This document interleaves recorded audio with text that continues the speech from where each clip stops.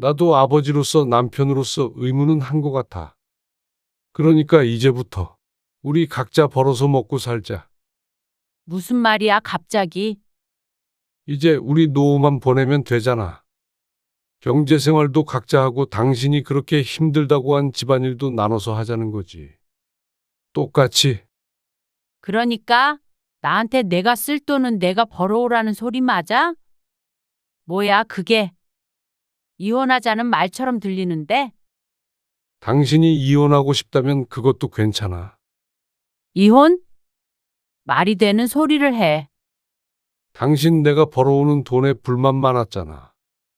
그리고 집안일하고 밥하는 거 너무 힘들어 했고. 그러니까 서로 공평하게 각자 알아서 하자. 아니, 내가 당장 어디 가서 일을 구해? 3달 정도는 시간 줄게. 그동안 일 구해. 당신이 그랬지. 조금 쓰고 살면 된다고. 그러니까 당신 먹고 살 만큼만 벌어. 나도 내가 알아서 벌어서 쓸게. 3달 동안은 관리비 같은 건 내가 낼게. 그러면 3달 뒤에는 관리비도 반씩 내자는 거야? 그래. 당신 카드값도 이제 당신이 내. 밥도 따로 먹을 거니까 나 주려고 장 볼 필요도 없고. 그냥 동거인이라고 생각해. 오늘 이야기 속 주인공은 58세 남철웅 씨입니다. 그리고 그의 아내에 관한 이야기입니다. 남 씨는 최근 들어 살아온 인생에 관한 그리고 가족에 관한 회의감이 들었습니다. 특히나 아내의 태도에 크게 실망했고 더 이상 결혼 생활을 유지하고 싶지 않은 마음도 들었습니다. 자식이 아직 결혼을 안 했기 때문에 고민은 되겠지만 그 정도로 지금과 같이 살 수는 없을 것 같은 마음이었습니다. 일을 하기 싫다는 아내의 말에 여유로운 형편이 아니었음에도 불구하고 혼자 벌어서 식구들을 먹여 살렸습니다. 아내는 쭉 전업주부로 살았죠. 그런데 이제 와서 밥하는 것도 힘들다고 불평하며 여전히 남 씨는 돈 벌어다 주는 기계쯤으로 생각하는 아내. 가장으로서 당연히 아내와 자식을 위해 평생 일해야 한다고 생각하며 살아왔지만 과연 그게 옳은 삶이었는가 싶기까지 했습니다. 가장의 노고는 하나도 알아주지 않고 이제는 자신 덕에 편하게 일한 것이라며 자신만 잘했다는 아내에게 남 씨도 하고 싶은 말이 많았습니다. 더 이상 이렇게는 안 되겠다 싶었죠. 남 씨는 20대 후반에 아내를 만났습니다. 거래처 직원이었던 아내와는 2년 연애하다가 결혼에 골인했습니다. 외동아들이었던 남 씨는 작은 아파트를 한 채 받았고 아내는 형편이 좋지 않아 맨몸으로 남 씨에게 시집을 왔죠. 아내가 다니는 회사는 작은 기업이었는데 그곳의 격리였습니다. 벌이가 좋은 편은 아니었고 모아둔 돈도 없기에 남 씨 부부의 신혼은 아주 여유롭지는 않았습니다. 그래도 그나마 집 한 채 남아있는 상태이기 때문에 둘이 벌면 아이 키우며 잘 살 수 있겠다 싶었습니다. 그래서 희망찬 미래를 생각하고 결혼을 했죠. 하지만 결혼한 지 한 달이 채 되지 않아서 아내가 말했습니다. 나 일 그만둘까 봐. 뭐? 왜? 무슨 일 있어? 그게 아니라 일이 힘들기도 하고 우리 곧 아이도 가질 거잖아.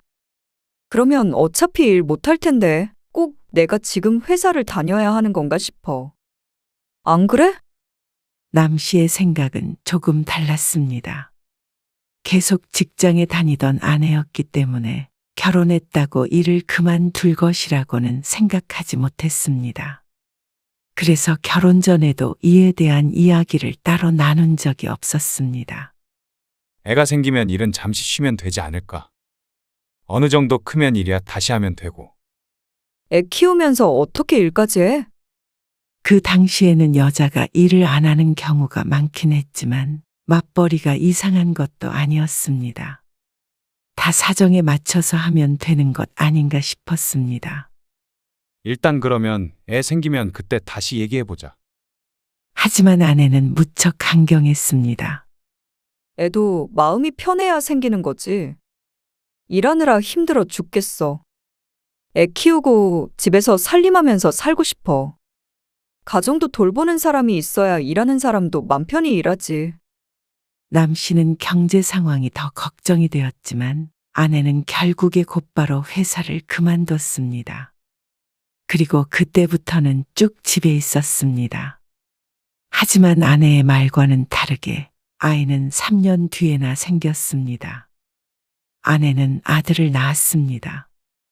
아이가 4살이 되었을 때 남 씨는 아내에게 권유를 했습니다. 어차피 애가 어린이집 다니니까 당신도 짧게라도 좀 일을 하는 게 낫지 않을까? 당신은 내가 집에서 노는 줄 알아? 아니, 논다는 게 아니라 그러면 왜 자꾸 나를 일 못 시켜서 안달이야? 아내는 무척 화를 냈습니다. 그게 아니라 걱정돼서 그렇지. 혼자 벌어서 애 교육도 시키고 나중에 노후 준비까지 할 생각하면 너무 빠듯하잖아. 조금만 쓰면서 살면 되지. 뭐가 걱정이야? 아내와 남 씨는 가치관이 무척 달랐습니다. 그리고 직장 다니면서 애까지 보라는 건 너무한 거 아니야? 다 당신한테 시킬 리가 있어? 집안일이나 육아도 나랑 같이 나눠서 하면 되잖아. 지금은 아내가 대부분 하지만 주말에는 남 씨가 집안일을 더 많이 했습니다. 주말이라도 육아에서 벗어날 수 있게 아이와 시간을 보냈고 아내는 낮잠을 자는 경우도 많았죠. 그래서 남 씨도 맞벌이를 하면 집안일을 똑같이 함께 하는 것에 대해 당연하다고 생각했습니다. 나는 그냥 집에서 살림하는 게 좋아. 그러면서 직장일은 적성에 안 맞는다는 말을 했습니다. 적성에 맞아서 일하는 사람이 어디 있어? 나 그냥 전업주부로 살래. 다른 사람들은 혼자 벌어서 애도 잘 키우고 잘 사는데 당신은 왜 자꾸 나한테 일하래? 남 씨는 삶을 조금 더 길게 내다보고 살고 싶었습니다. 물론 맞벌이를 하게 되면 지금보다도 훨씬 더 바빠지겠지만 당장 좀 고생스럽더라도 경제적 여유를 가지고 싶었습니다. 하지만 아내가 전업주부를 고집했기에 어쩔 수가 없었습니다. 그 뒤로는 한 번도 맞벌이에 대해서 언급한 적이 없었습니다. 그리고 그렇게 아내는 부업도 해본 적 없이 전업주부로 살았습니다. 남 씨의 회사가 어려워 휘청거렸을 때는 남 씨가 주말에 대리운전을 하기도 했습니다. 당신 오늘 집에 있지? 왜? 오늘 외근 나갔다가 집에 빨리 올 것 같아서. 그래? 나 오늘 모임 있는데. 무슨 모임? 그냥 애엄마들끼리 모임이지 뭐. 날 좋으니까 나들이 같은 거 가는 거야. 아이가 어느 정도 크니 아내는 외출하는 시간이 늘었습니다. 남 씨가 집에서 밥을 먹는 때가 적으니 집안일에 손이 가는 일도 줄은 듯 했습니다. 남 씨도 사람인지라 그런 아내를 보며 서운하기도 했습니다. 쉬는 날도 제대로 없이 일하는 남편을 뒤로하고 자꾸 친구들과 어울려 노니 말이죠. 애는 커가는데 걱정이다. 하지만 그래도 아내는 직장일만큼은 하고 싶지 않다고 했습니다. 남 씨는 그 말에 한숨을 푹 내쉬었습니다. 혼자서만 고군분투하고 있는 듯 했습니다. 아이는 이미 중학교에 들어갈 때가 되었는데 아직도 애만 키우겠다고 하는 아내가 답답했습니다. 애 교육은 공짜로 시킬 수 있는 것도 아닌데 말이죠. 맞벌이 얘기를 꺼내면 싸울 게 뻔하니 말을 아꼈습니다. 남 씨는 그런 아내가 원망스럽다가도 스스로가 무능력하게 느껴져서 괴로웠습니다. 다행히도 그런 힘든 시기는 길지 않았습니다. 회사 사정이 곧 나아졌고 얼마 안 있어서는 규모도 커져서 안정적으로 더 높은 월급을 받을 수 있었습니다. 하지만 그렇게 되기까지 남 씨의 마음고생은 이만저만이 아니었습니다. 당신 이제 대리운전은 안 해도 되겠다. 아내는 남 씨의 속도 모르고 웃었습니다. 걱정 마. 우리 아들은 내가 제대로 키워서 대학 잘 보내면 되지. 그게 제일 중요한 거 아니야? 그게 다 뒷바라지가 있어야 되는 거니까. 그래. 그렇게 아내의 말도 틀리지 않았습니다. 자식 하나 잘 키워내 보겠다고 하는데 무슨 말을 더 할까 싶었습니다. 그리고 시간이 흘러 아내가 호언장담한 것과는 다르게 아들은 재수를 했고 2번의 수능 시험을 본 뒤에 들어간 건 지방 사립대였습니다. 아들 대학에 보내기 위해서 과외를 많이 시켰는데 결과는 좋지 않았습니다. 그걸 가지고 아내를 탓하고 싶지는 않았습니다. 아들이 좋은 대학을 못 간 것이 어느 누군가의 탓이 될 수는 없다고 생각했습니다. 부족했기에 떨어진 건 어쩔 수 없는 것이라고 생각했죠. 하지만 아내는 남 씨를 탓했습니다.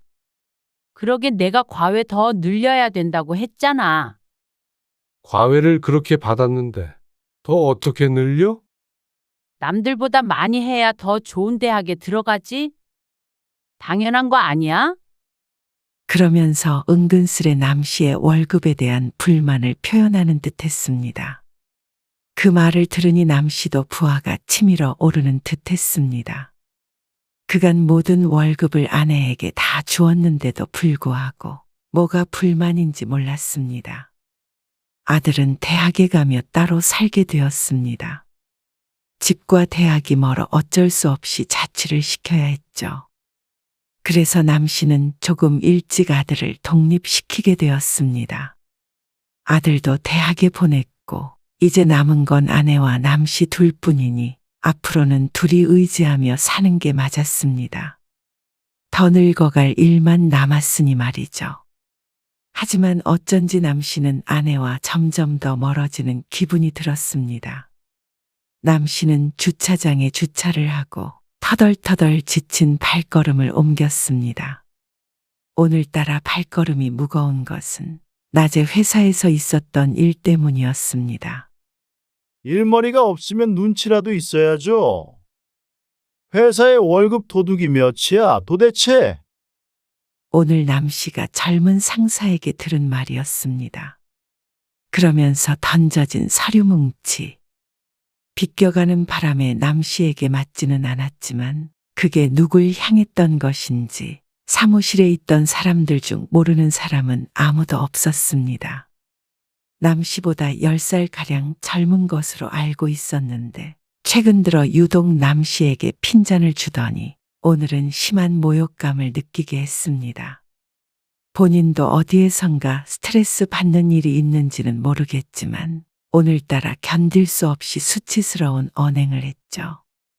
젊은 혈기도 아니고 그대로 회사를 뛰쳐나올 수도 없는 노릇이기에 부글부글 끓는 속을 애써 달래어 퇴근 시간을 채웠습니다. 안쓰러워하던 직원들의 눈빛을 떠올리면 지금도 얼굴이 후끈거리는 듯했습니다. 직장 생활을 하면서 기분 나쁜 일이 수도 없이 많았지만 오늘 같은 일은 또 처음이었습니다. 아무래도 퇴직할 때가 다가와가니 이런 대접을 받나 싶었죠. 지친 몸을 이끌고 집으로 들어갔는데 TV 소리가 먼저 남 씨를 반겼습니다. 여보, 나왔어. 돌아오는 대답은 없었습니다. 신발을 벗고 들어가 보니 소파에 잠들어 있는 아내가 보였습니다. 안방에 들어갔다 나오자 아내가 문소리에 깼는지 부스스한 얼굴로 앉아 있었습니다. 벌써 왔어? 아이고, 내가 몇 시간을 잔 거야? 몇 시에 잠들었는데 몰라. 3시간은 잔 것 같네. 아, 밥을 못 했는데. 씻고 나올 테니까 천천히 해. 그냥 오늘은 배달시켜 먹을까? 이제 와서 준비하기도 좀 그렇다. 그래, 알아서 해. 남 씨는 씻고 나와서 배달 음식이 오기를 기다리며 식탁 앞에 앉았습니다. 그리고 식탁 위에는 소주가 한 병 놓여져 있었습니다. 소주 마시게? 사왔어? 오는 길에 한 병 마시려고. 웬일이야? 내일 출근도 하면서 그냥 오늘 좀 마시고 싶네. 나는 같이 안 마셔. 밥 후딱 먹고 드라마 봐야 돼. 그래. 나 혼자 먹을게. 때마침 아내가 배달시킨 음식이 도착했습니다. 자장면 시켰어? 이게 빠르잖아. 간단하고.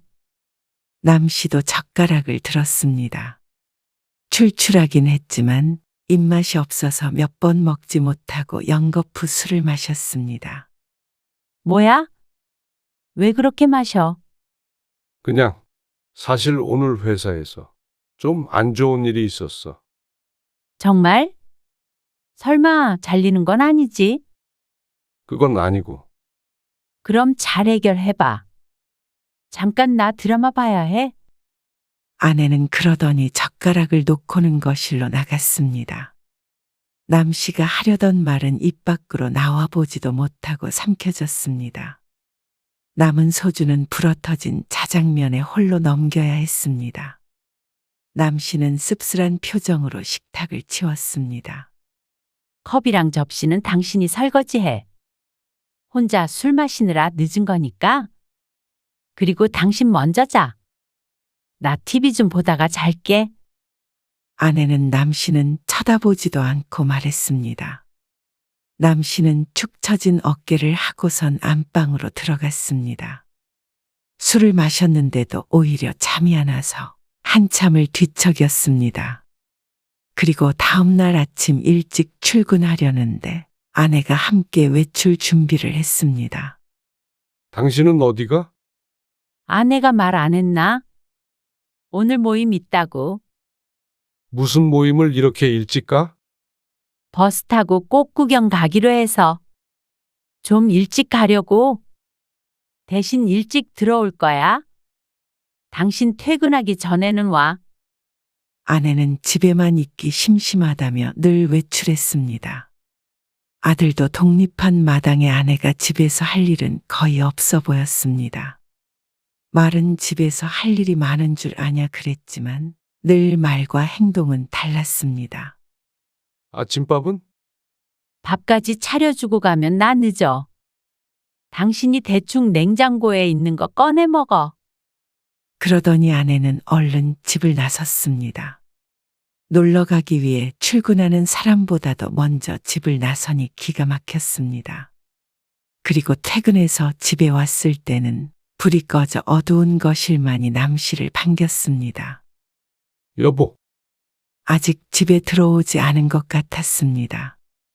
남씨가 털썩 소파에 앉았습니다. 그렇게 한참 있었던 것 같은데 아내가 올 기미는 보이지 않았습니다. 이제는 남씨 혼자 동떨어진 것 같은 기분이었습니다. 그렇다고 아들이 살가운 것도 아니고 말이죠. 남씨는 휴대폰을 들어 오랜만에 아들에게 전화를 걸었습니다. 여보세요. 성환이냐? 네, 왜요? 뭐하고 사나 전화해봤지. 그냥 살죠. 저 지금 밖이라서 나중에 연락드릴게요. 급하게 끊어진 전화. 시끌시끌한 것이 어디서 한잔 하나 싶었습니다.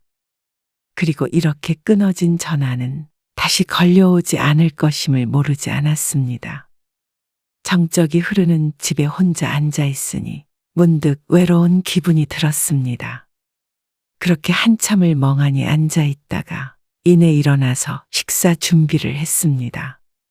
아내가 언제 올지 모르니 간단히 먹고 일찍 눕는 게 좋을 것 같았습니다. 그런데 냉장고를 열어보았는데 눈에 띄게 냉장고 안이 비어 있었죠. 평소 보이던 반찬들도 안 보여서 뭘 꺼내서 차려 먹어야 할지 몰랐습니다. 그래서 다시 냉장고를 닫았습니다. 그리고 현관 앞에 쌓여있던 박스들을 들고 분리수거장에 다녀왔죠. 이틀 뒤가 남씨의 생일이었습니다. 생일 아침, 아내가 아침밥을 차리며 말했습니다. 나 깜빡하고 미역을 못 사왔거든. 그냥 콩나물국 먹어. 알았어. 오늘은 안 나가. 안 나가. 놀러 다니는 것도 체력이 있어야 하지. 오늘은 집에서 푹 쉴래. 당신은 생일인데 약속 없어? 어지간하면 밖에서 먹고 오면 좋은데. 나 오늘은 아무것도 하기 싫다. 아내의 말에 기분이 상했습니다. 그러던 와중에 웬일인지 아들에게서 전화가 왔습니다. 이렇게 일찍 무슨 일이야? 그러자 아들이 살갑게 말했습니다. 아니, 아빠 차 오래됐잖아요. 그거 저 주시면 안 되나 하고요. 차를 왜? 저도 언제까지 지하철 타고 다닐 수는 없잖아요. 남 씨가 차를 바꿀 계획이 없다고 말하자 아들은 실망스러운 기색을 보이며 전화를 끊었습니다. 생일을 축하한다는 말은 한마디도 없었습니다. 가족이라고는 셋뿐인데 남 씨는 가족들의 지갑 같은 역할을 맡고 있는 것 같았습니다. 경제적으로 도움이 되냐 안 되냐에 따라서 남 씨의 가치가 정해지는 것 같았죠. 가장이라는 말이 존경을 받는 말이 아니라 짐만 잔뜩 짊어진 무거운 단어처럼 느껴졌습니다. 그리고 남 씨는 은퇴가 얼마 안 남은 미래도 걱정이 되었습니다. 통장 좀 보여줘. 무슨 통장? 여태 모아둔 돈이 있다며? 한동안 잠잠하더니 왜 그래 또? 은퇴 계획을 좀 세워야 할 거 아니야. 항상 월급을 전부 주고 생활을 했기 때문에 통장 관리는 전부 아내가 했습니다. 물어볼 때마다 얼버무리더니 통장을 보여달라는 말에 인상을 썼죠. 근데 뭘 기대하는 거야? 월급 받아서 저금하는 거 얼마 안 되지? 성환이 결혼시킬 돈도 안 돼. 당신 퇴직금 있잖아. 그거는 우리 노후 자금 해야지. 노후 자금은 연금 나온 걸로 살면 되지. 이 집도 있고. 그래도 적지 않은 월급이었습니다. 그러니까 그 수모를 당하면서도 퇴직하지 않고 열심히 일했습니다. 그래서 외벌이로도 여태껏 살아갈 수가 있었고 돈이 없어서 무언가를 못한 적은 없었습니다. 아이고, 당신이 더 많이 벌어다 줬으면 더 많았겠지? 통장을 툭하니 식탁 위로 던지는 아내. 남 씨는 그걸 열어볼 생각도 못하고 앉아 있었습니다. 아내의 말이 어찌나 아프게 남 씨를 찌르던지 한참을 그러고 있었죠. 남 씨는 몇 년 남지 않은 정년퇴직을 대비하기 위해서 회사를 다니면서도 없는 시간을 쪼개서 은퇴 후 자격증에 대해 알아보고 있었습니다. 사업도 해본 적도 없으니 조금이라도 안정적으로 할 수 있는 일을 찾고자 했습니다.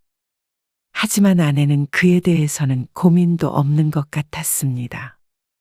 그 뒤로도 늘상 해왔던 것처럼 낮에는 친구들과 놀러를 다녔고 그러면서도 남 씨를 보면 집안일이 힘들다고 불평했습니다.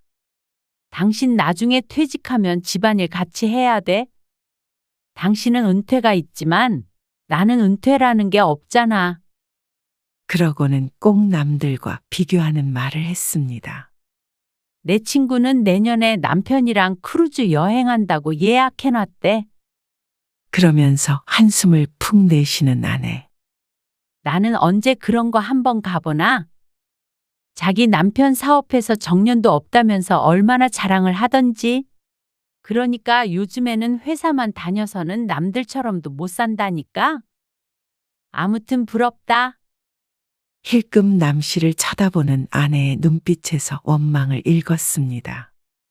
나중에 퇴직금으로 뭐라도 해봐.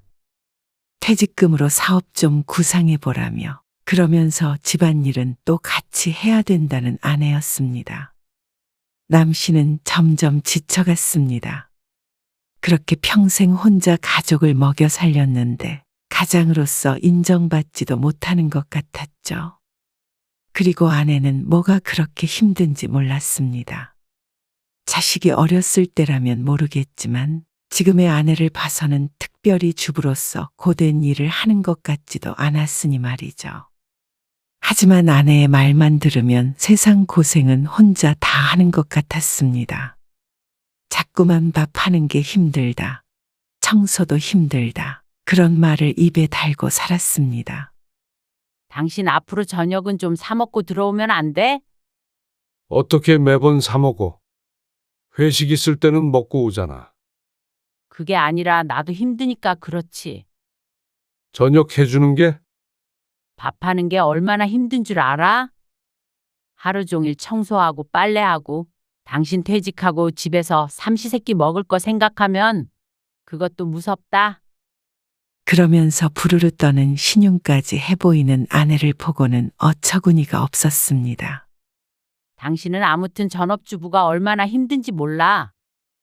혀를 차며 말하는 아내는 과연 남 씨가 밖에서 일하며 겪는 고충에 대해서 생각해 본 적이나 있는지 궁금했습니다. 그렇게 아내와는 점점 마음이 엇나가는 듯한 느낌이 들었습니다.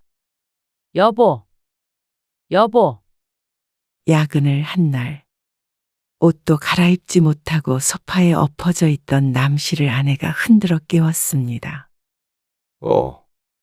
일어날 거야. 씻어야지.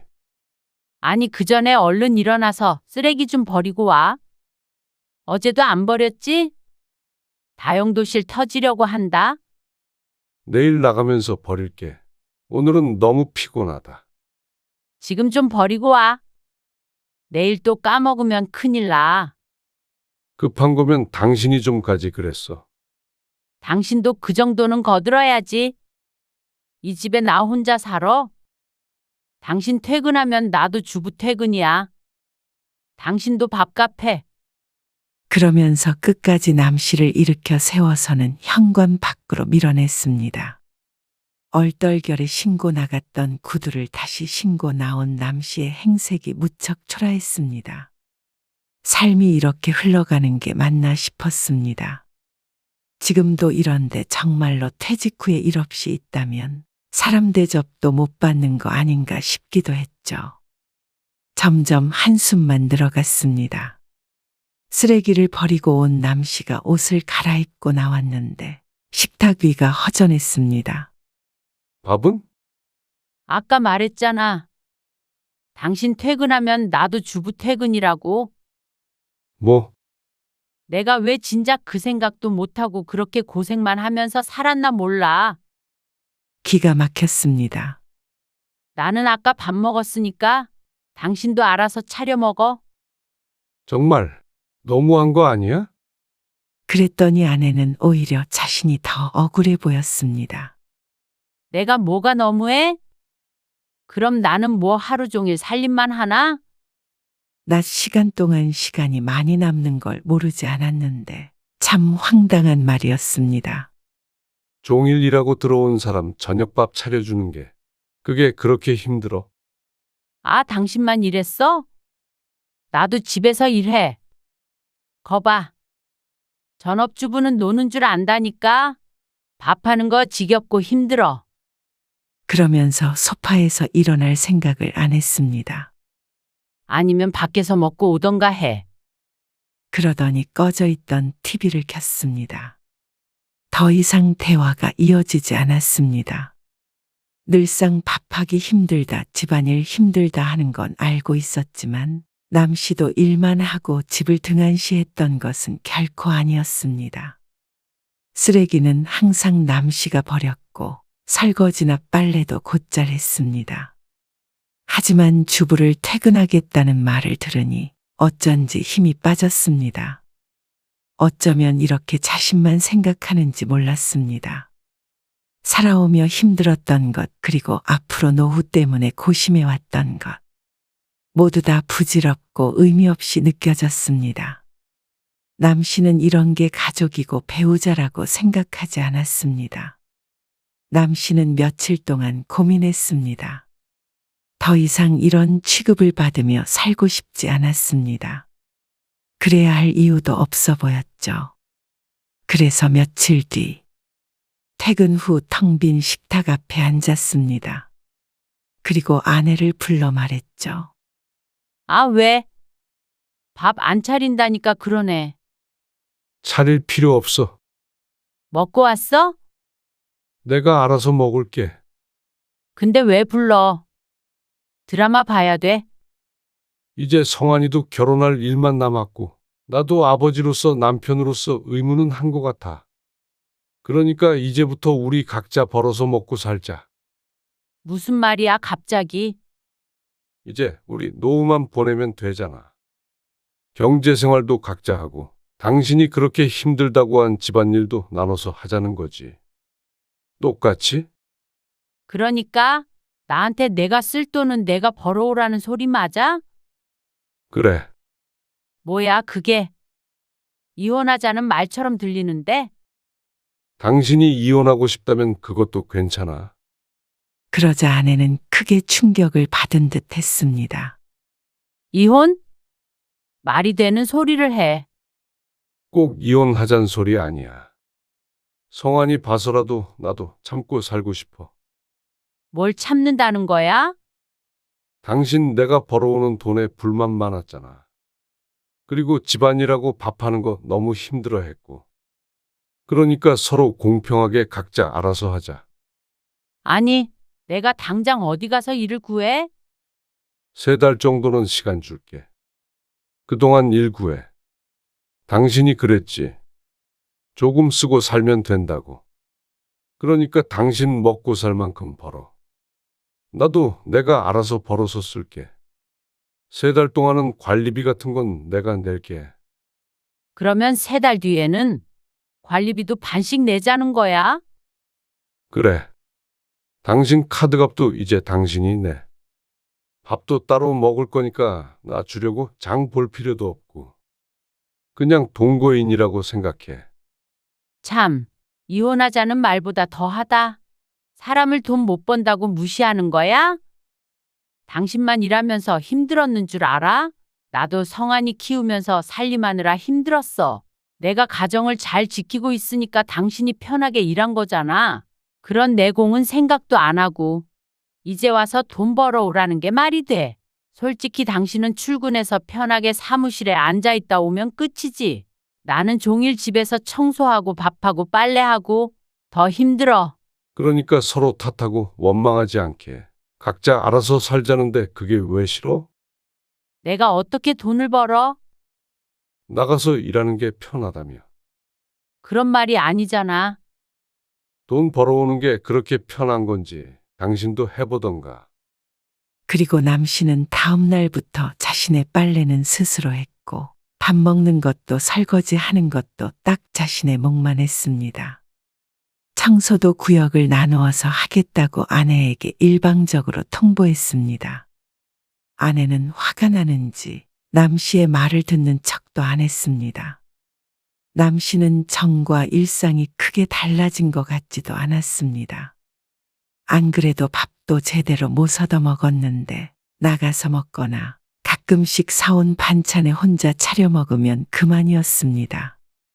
아내와는 그렇게 한 달을 지냈습니다. 그런데 아내는 구직을 할 생각이 전혀 없어 보였죠.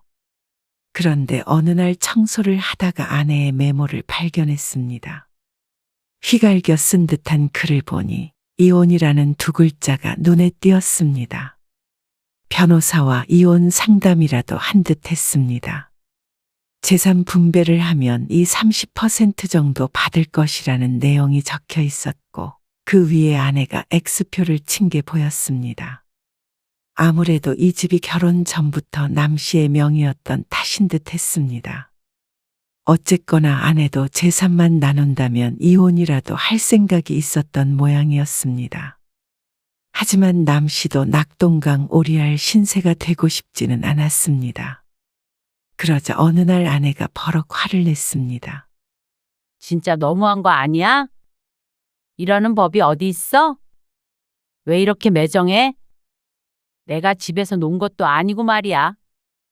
평생 살림하면서 고생 많이 했어. 난 또 내가 벌어준 돈으로 집에서 편하게 살림한 줄 알았지. 남 씨가 들었던 말을 그대로 해주자 아내는 말문이 막히는 듯 했습니다. 한 150 정도만 벌면 되지 뭐가 걱정이야. 150을 어떻게 버냐고? 내 월급 보고 쥐뚱만큼 벌어온다고 하지 않았어? 그럼 150이면 별것도 아니네. 그러자 또다시 아내가 입을 다물었습니다. 그러더니 며칠 뒤에 남 씨에게 사과를 해왔죠. 당신 무시하듯이 얘기해서 미안해. 밥 해주기 귀찮아 했던 것도 그렇고. 그러면서 없던 일을 하자는 아내에게 남 씨가 해줄 말은 하나였습니다. 2달 남았어. 이렇게 물러서서 아내에게 밥 한 끼 더 얻어먹는다고 삶이 달라질 것 같지 않았습니다. 아내는 사과를 했음에도 뜻을 바꾸지 않는 남 씨를 원망스럽게 바라보았습니다. 그럼 핸드폰 요금 같은 것도 다 나보고 내라는 말이야?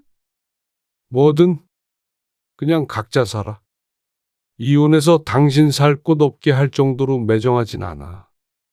얼른 일 구해. 100세 시대라고 퇴직 후에 할 일 알아보라고 닥달했던 것도 당신이었잖아. 당신도 똑같이 젊으니까 뭐라도 해서 돈 벌 수 있겠지.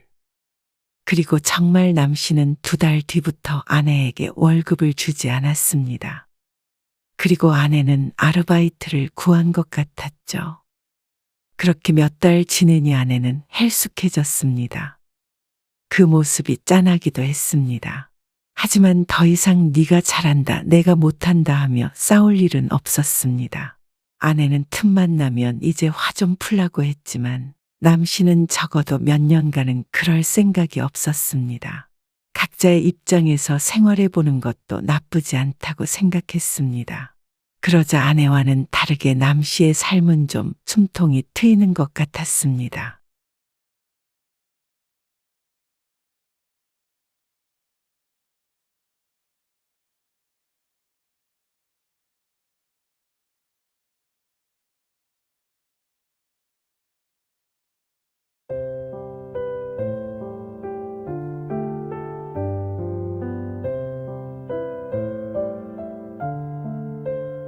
그러지 마시고 긍정적으로 생각해 보세요.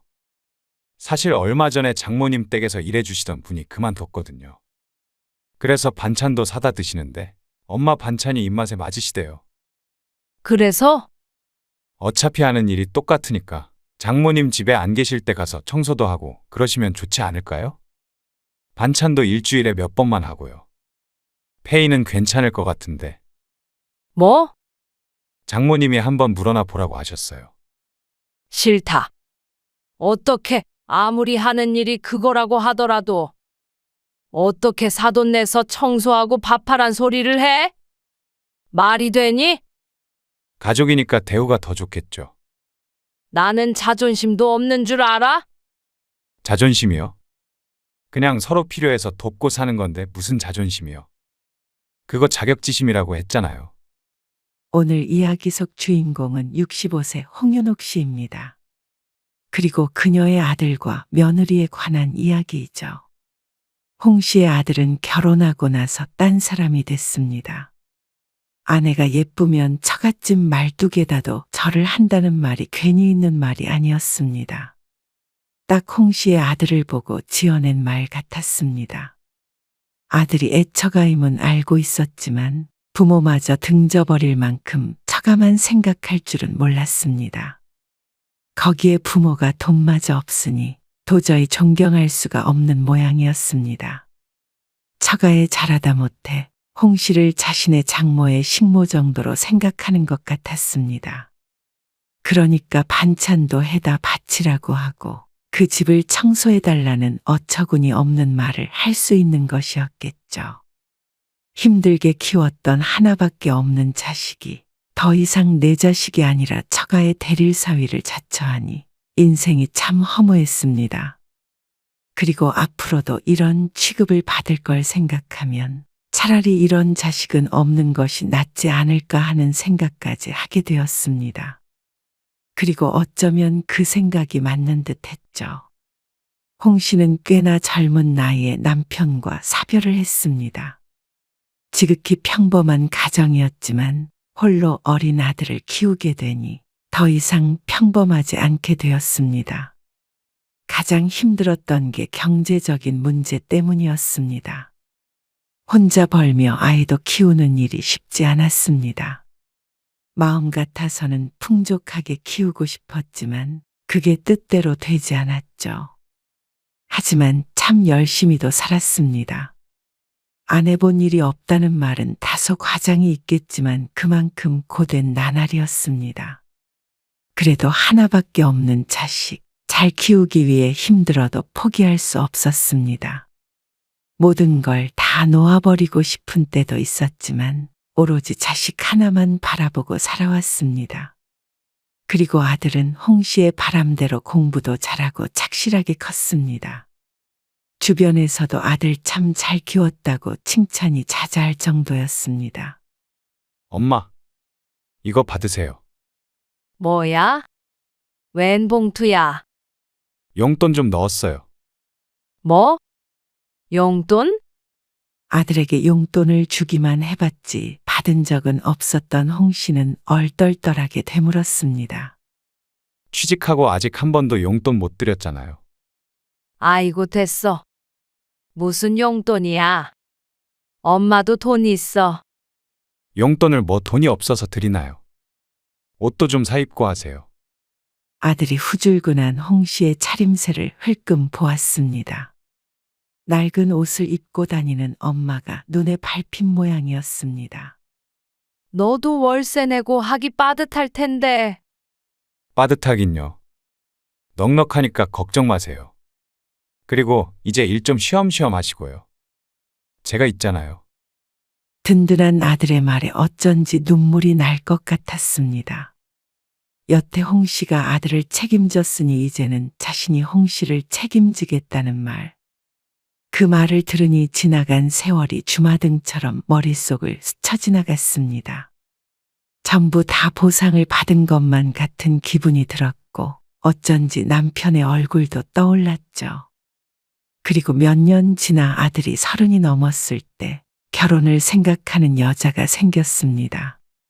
아들이 오랫동안 쫓아다녔다고 홍 씨에게까지 얘기할 정도로 그만큼 좋아하던 여자였죠. 아들이 그런 팔불출인 줄은 홍 씨도 처음 알게 되었습니다. 그리고 결국 연애는 하게 된 것 같았지만 마지막 고비인 결혼은 쉽게 해결이 되지 않는 모양이었습니다. 그리고 그 이유가 아무래도 아들이 아닌 홍 씨 때문인 듯했죠. 집안이 별로라서 싫대? 홍 씨의 질문에 아들이 대답하기 곤란하다는 듯이 인상을 찌푸렸습니다. 그 집은 그렇게 여유가 있다니? 자세히는 몰라도 그런 것 같아요. 아들은 상대방이 결혼을 반대하는 이유가 집안이 차이가 나서 그렇다는 말을 했습니다. 그러니까 결국엔 돈 없는 사돈은 싫다는 말이겠죠. 이해는 갔습니다. 예나 지금이나 서로 이것저것 많이 따져서 결혼하기 마련이었습니다. 홍 씨는 자신이 아들의 결혼을 가로막는 것 같아서 가슴에 돌을 얹은 듯한 기분이었습니다. 제가 잘하면 되죠. 결혼 허락 받을 테니까 걱정 마세요. 아들은 정말로 결혼 허락을 받기 위해 상대방 집 문지방이 닳도록 들락날락했습니다. 아들과 함께 살지 않으니 일거수일투족을 알 수 없었음에도 불구하고 늘상 그 집에 찾아가서 얼굴 도장을 찍는 건 알고 있었습니다. 부모 입장에서 그 모습을 보기에 마음은 당연히 아팠습니다. 하지만 그렇게 해서라도 꼭 결혼하고 싶다길래 홍 씨도 별말을 얹지는 않았습니다. 결국은 아들은 몇 달 뒤에 결혼 승낙을 받아내고야 말았습니다. 아들은 마냥 기뻐했고 홍 씨는 남몰래 한숨을 쉬어야 했죠. 그래도 좋은 게 좋은 거라고 생각했습니다. 둘이 인연이 맞으니 이렇게 해서 이어졌구나 싶었습니다. 그리고 이왕에 결혼을 하게 된 거, 홍 씨도 어느 정도는 도움이 되고 싶었습니다. 모아둔 돈이 있거든. 너 결혼할 때 보태려고. 홍 씨의 말에 아들이 놀랐습니다. 그렇게 놀랄 정도로 큰 돈은 아니고. 아무래도 사돈네가 여유롭다니까 명함을 내밀지는 못할 정도였습니다. 4,500만 원이거든. 이걸로 집었는데 조금이라도 보태. 저도 모아둔 돈 좀 있어요. 그래도 어떻게 부모된 입장에서 아들 장가 가는데 한 푼도 안 들려보낼 수가 있겠어? 엄마 노후자금 아니에요? 죽어도 나 먹고 살 만큼은 있으니까 걱정 마. 정말로 최소한 먹고 살 만큼만 빼고는 전부 아들에게 주는 것이었습니다. 그럼에도 불구하고 더 주지 못해서 미안할 따름이었습니다. 그때그때 먹고 사는 게 바빠 아들이 대학을 졸업하고 나서야 조금씩 모을 수가 있었습니다. 그나마도 이리저리 빠져나가다 보니 아들에게 줄 수 있는 최대한의 금액이 4,500만 원이었죠. 마음 같아서는 더 주고 싶은데 안 그래도 기운 결혼이기에 혹시라도 아들이 처가의 무시를 당하지는 않을까 걱정이 되었습니다. 집은 선정이가 살던 아파트에 들어가서 살기로 했어요. 혼자서 살아?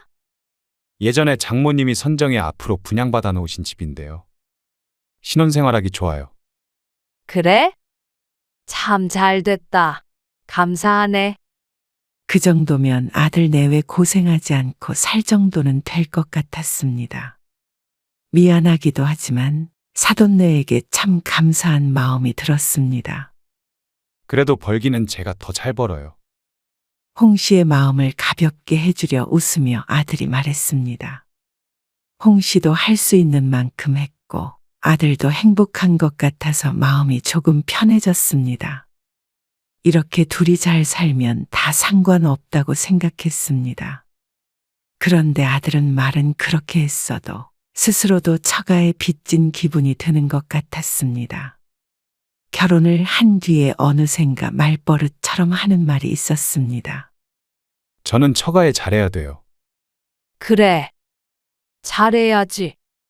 어렵게 결혼도 허락했고 둘이 죽고 못 살았으니 아들은 처가의 지극정성이었습니다.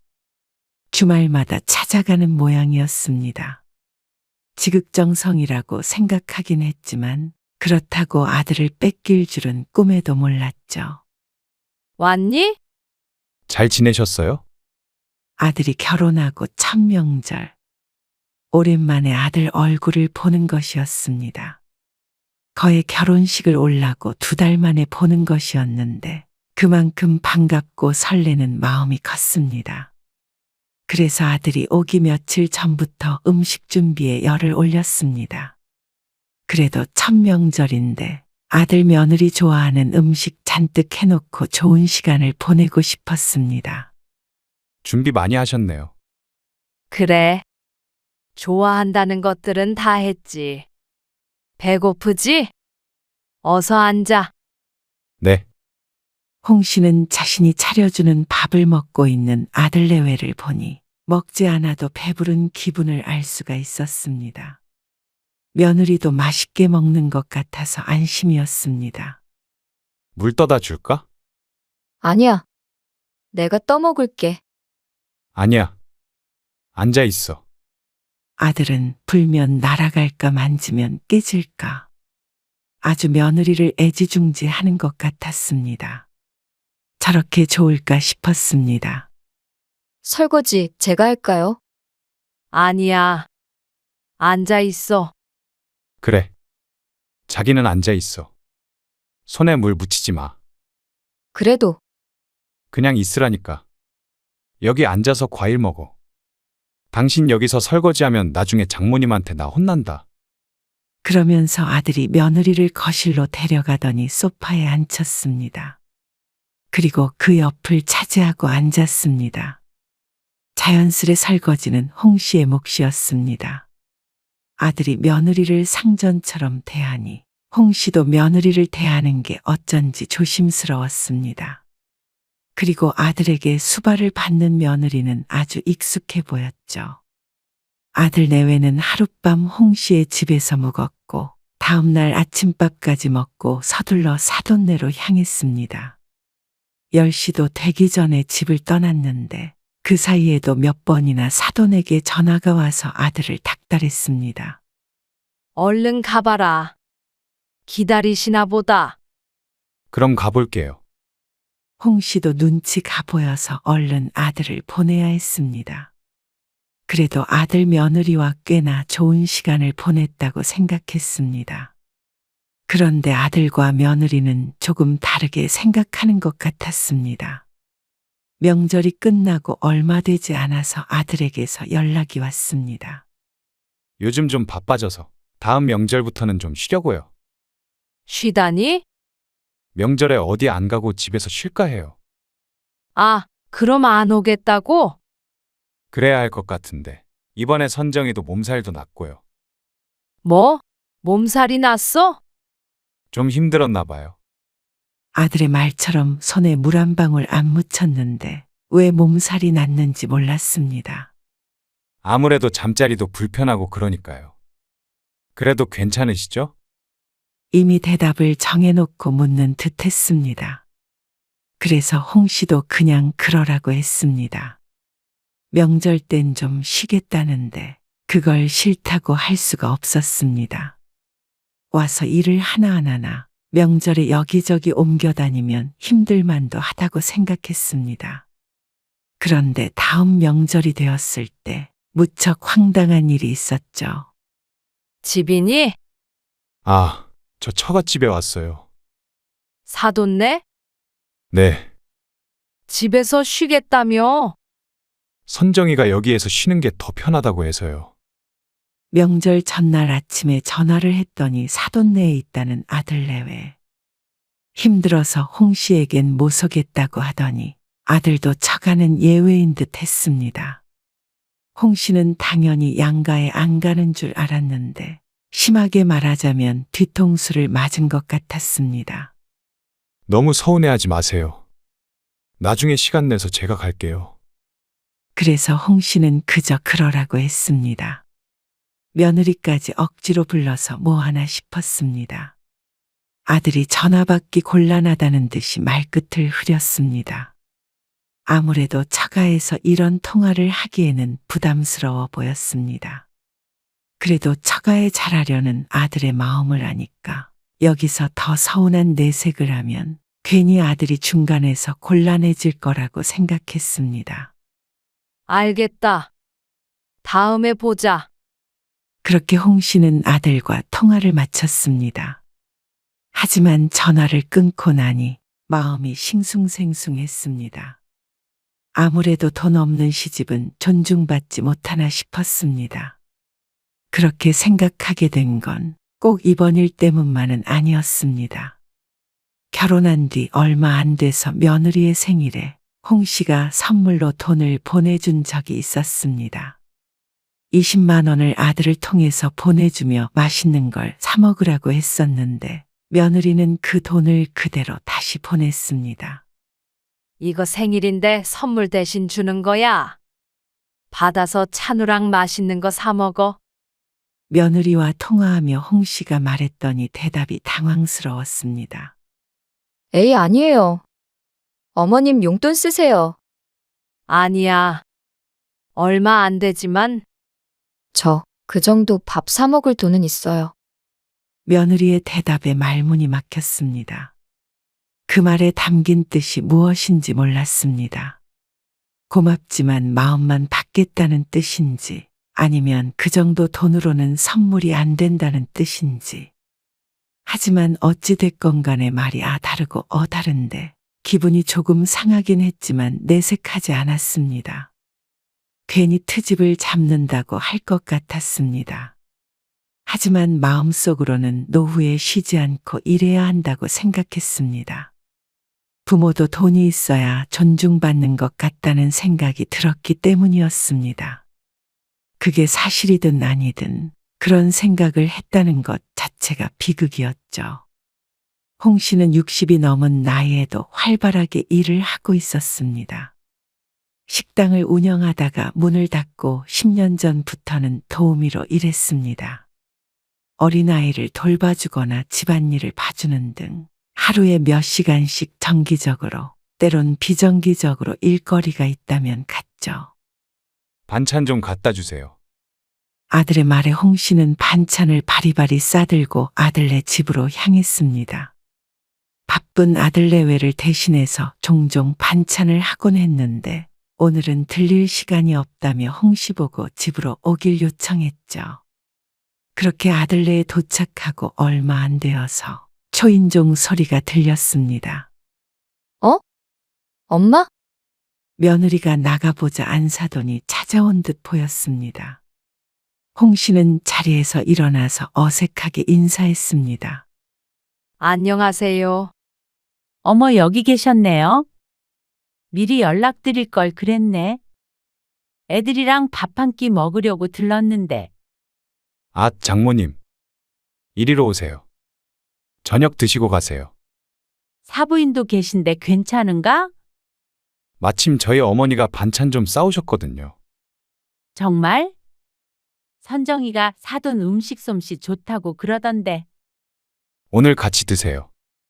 그러더니 아들이 홍 씨에게 눈짓을 했습니다. 밥을 차리라는 것 같았죠. 홍 씨는 얼떨결에 부엌으로 향했습니다. 반찬을 자신이 싸왔으니 꺼내야 할 것 같은데 어째서 자신이 밥까지 차려야 하는지 몰랐습니다. 하지만 다들 자연스럽게 그런 줄 알고 있으니 홍 씨도 이해는 안 되지만 식사 준비를 했습니다. 그 옆에서 아들이 거들고는 있었지만 큰 도움은 되지 않았고 어쩐지 속이 답답했습니다. 너무 맛있네요. 역시 듣던 대로예요? 좀 싸가세요. 많이 해왔으니까. 마음 같아서는 매일 받아가고 싶네요. 돈 주고 사 먹고 싶어요. 아, 그래요? 감사해요. 그 말을 홍 씨는 빈말이라고 생각했습니다. 그리고 이내 그 일은 잊어버렸죠. 그리고 어느 날이었습니다. 아들이 반찬을 가지러 집에 들렀을 때였습니다. 근데 하시는 일은 언제까지 하실 거예요? 힘 닿는 데까지는 해야지. 아직 건강하니까. 옛날 같았으면 자신이 있으니 일은 쉬엄쉬엄 하라고 했을 텐데 아들은 그때와는 다른 말을 했습니다. 그렇죠. 요즘엔 나이 들어서도 일해야겠더라고요. 자식이 책임지고 그런 때가 또 아니니까. 그 말에 홍 씨가 아들을 쳐다보았습니다. 부모를 봉양하기 싫으니 계속 일하라는 말에 기가 안 막힐 수가 없었습니다. 그러자 아들이 변명하듯이 말했습니다. 아니, 지난번에 계속 일하실 거라고 그러길래. 나이 들어도 커리어라는 게 있잖아요. 이제 아들은 홍 씨가 조금이라도 더 오래 일해서 자신에게 부담이 되지 않길 바라는 듯 했습니다. 어쩐지 가슴이 먹먹해졌는데 아들이 말했습니다. 아, 지난번에 장모님이 반찬 맛있게 드셨다고 또 연락이 왔어요. 그러냐? 홍 씨가 그냥 고개만 끄덕이자 아들이 말을 이었습니다. 진짜로 장모님 좀 따로 드리게 싸주세요. 뭐? 그래서 이번에 좀 더 많이 해달라고 했던 거예요. 나눠서 좀 주실 수 있어요? 그러면서 반찬통을 꺼내기 위해서 찬장을 열어보는 아들. 돈은 주시겠다고 했는데 그건 제가 나중에 따로 용돈 더 챙겨 드릴게요. 기가 막혔습니다. 아들은 그날 자신에게 싸주려던 반찬을 나눠서 처가로 향했습니다. 그리고 그 뒤로 몇 번을 더 그렇게 가져갔는데 홍 씨도 회의감이 들었습니다. 그렇게 반찬을 받아갔는데 잘 먹었다느니 고맙다느니 그런 인사말 하나 없었습니다. 어쩐지 홍 씨는 사돈네의 봉사를 하고 있는 기분이 들었습니다. 아들은 가족인데 뭐가 어떠냐고 했지만 그건 홍 씨의 입장을 전혀 고려하지 않은 말이었습니다. 그렇다면 사돈네에게서 답례라도 있어야 할 텐데 그런 건 전혀 없었습니다. 서로 맛있는 걸 주고받고 그런 것도 아니고 정말로 홍 씨 혼자 식모처럼 반찬을 해다가 바치는 그림이 되었습니다. 그래서 아들에게 그렇게 말했더니 반응이 이해가 가지 않았습니다. 그건 괜한 자격지심이죠. 차갑게만 들리는 아들의 대답. 그냥 저희 거 할 때 좀 더 해주시면 되잖아요. 그러면서 그동안 못 줬던 용돈을 주겠다며 그 자리에서 계좌에 50만 원을 넣었습니다. 어쩐지 적선이라도 받는 듯해서 기분이 상했습니다. 앞으로는 그 돈으로 반찬을 사 먹어라. 그러자 아들이 골치 아픈 표정을 지었습니다. 그러지 마시고 긍정적으로 생각해 보세요.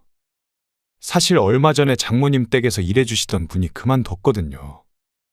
그래서 반찬도 사다 드시는데 엄마 반찬이 입맛에 맞으시대요. 그래서 어차피 하는 일이 똑같으니까 장모님 집에 안 계실 때 가서 청소도 하고 그러시면 좋지 않을까요? 반찬도 일주일에 몇 번만 이렇게 하고요. 페이는 괜찮을 것 같은데. 뭐? 아들이 진심으로 하는 소리인지 몰랐습니다. 어떻게 제 엄마 보고 처가에 가서 청소를 하라고 하는지 농담이라고 하더라도 질이 나빴습니다.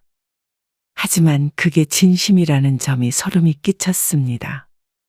엄마한테 한번 물어나 보라고 하셨어요. 그리고 아들만의 생각이 아니라 사돈이 물었다는 말에 더욱 어처구니가 없었습니다. 사람을 어떻게 봤으면 그런 발상을 했는지 몰랐습니다. 싫다? 어떻게 아무리 하는 일이 그거라고 하더라도 어떻게 사돈 내서 청소하고 밥하란 소리를 해? 말이 되니? 가족이니까 대우가 더 좋겠죠. 나는 자존심도 없는 줄 알아? 자존심이요? 그냥 서로 필요해서 돕고 사는 건데 무슨 자존심이요. 그거 자격지심이라고 했잖아요. 아무리 없이 살아도 이건 아니라고 생각했습니다. 그러자 아들도 더는 밀어붙이지는 못했습니다. 싫다는 사람을 억지로 끌고 갈 순 없었을 테니 말이죠. 한동안 홍 씨는 멍하니 지냈습니다. 아들의 말이 잊혀지지가 않았습니다. 사돈 내에서 자신을 어떻게 생각하는지 엿본 기분이었습니다. 그리고 더욱 충격적인 것은 아들이 변해버렸다는 것이었죠. 정 같았으면 뜯어말렸을 일을 먼저 나서서 시키는 게 내 아들이 맞는지 의심이 갔습니다. 그리고 그런 아들은 홍 씨의 속도 모르고 장인 장모와 함께 동남아 여행을 떠났습니다. 안사돈의 생일을 기념해서 말이죠. 그 말에 또다시 홍 씨는 자신의 생일을 떠올릴 수밖에 없었습니다. 늘 어영부영 넘어갔던 홍 씨의 생일. 그 당시는 바쁜 아들 내외에게 서운하다 생각을 못했지만 어떻게 같은 부모를 이리도 차별하나 싶었습니다. 동남아 여행 경비가 없다고 생각해서 그런 것인지 아니면 그럴 가치를 못 느낀 것인지 아들에게 물어보기도 겁이 났습니다. 그런데 여행을 떠나기 전날 아들에게서 전화 한 통을 받았습니다. 아는 사람 집이라며 집을 비운 사이에 급하게 청소해 줄 사람을 구한다는 말이었습니다. 하도 다급하게 얘기를 하길래 홍 씨는 또 속도 없이 그 집을 찾아갔습니다. 이미 여행길에 오른 아들은 전화도 받지 않았습니다. 메시지에 남겨있는 주소와 비밀번호를 보고 그 집으로 들어간 홍 씨는 집 내부를 둘러봤습니다. 어디서부터 청소를 해야 할까 싶어 방문을 여기저기 열어보았는데 안방 화장대에 세워진 작은 사진을 발견했습니다. 가족 사진이었는데 그 얼굴들이 무척 낯익었죠. 홍 씨는 소스라치게 놀랐습니다. 지금 들어와 있는 집이 누구의 집인지 알게 되자 속에서 불이 솟구치는 기분이었습니다. 홍 씨는 황급히 그 집을 나오며 아들에게 전화를 걸었습니다. 그런데 여전히 받지 않았습니다. 해외에 가더라도 전화 통화가 될 텐데 어쩐지 의도적으로 받지 않는 것 같기도 했죠. 너무나도 기가 막혔습니다. 지난번에 분명히 싫다고 했는데도 불구하고 이렇게 구렁이 담 넘어가듯이 사돈네 집 청소를 맡길 줄은 몰랐습니다. 나이 들어서 할 수 있는 일이 한정적이기에 이 일을 하고는 있지만 말 그대로 도우미이지 종이 아니었습니다. 편한 대로 부릴 수 있는 식모도 아니었습니다. 솔직히 말했다면 당연히 안 왔겠지만 그렇다고 이런 식으로 불러서 청소를 시키는 아들의 머릿속이 궁금했습니다. 아니, 이제는 아들로도 생각되지 않았습니다. 그렇게 혼이 빠진 상태로 집으로 돌아온 홍 씨는 눈물이 날 듯해서 눈에 힘을 주었습니다. 여러 번 전화를 해도 아들은 받지 않았습니다. 홍 씨는 아들이 독립하기 전에 썼던 작은 방으로 들어갔습니다.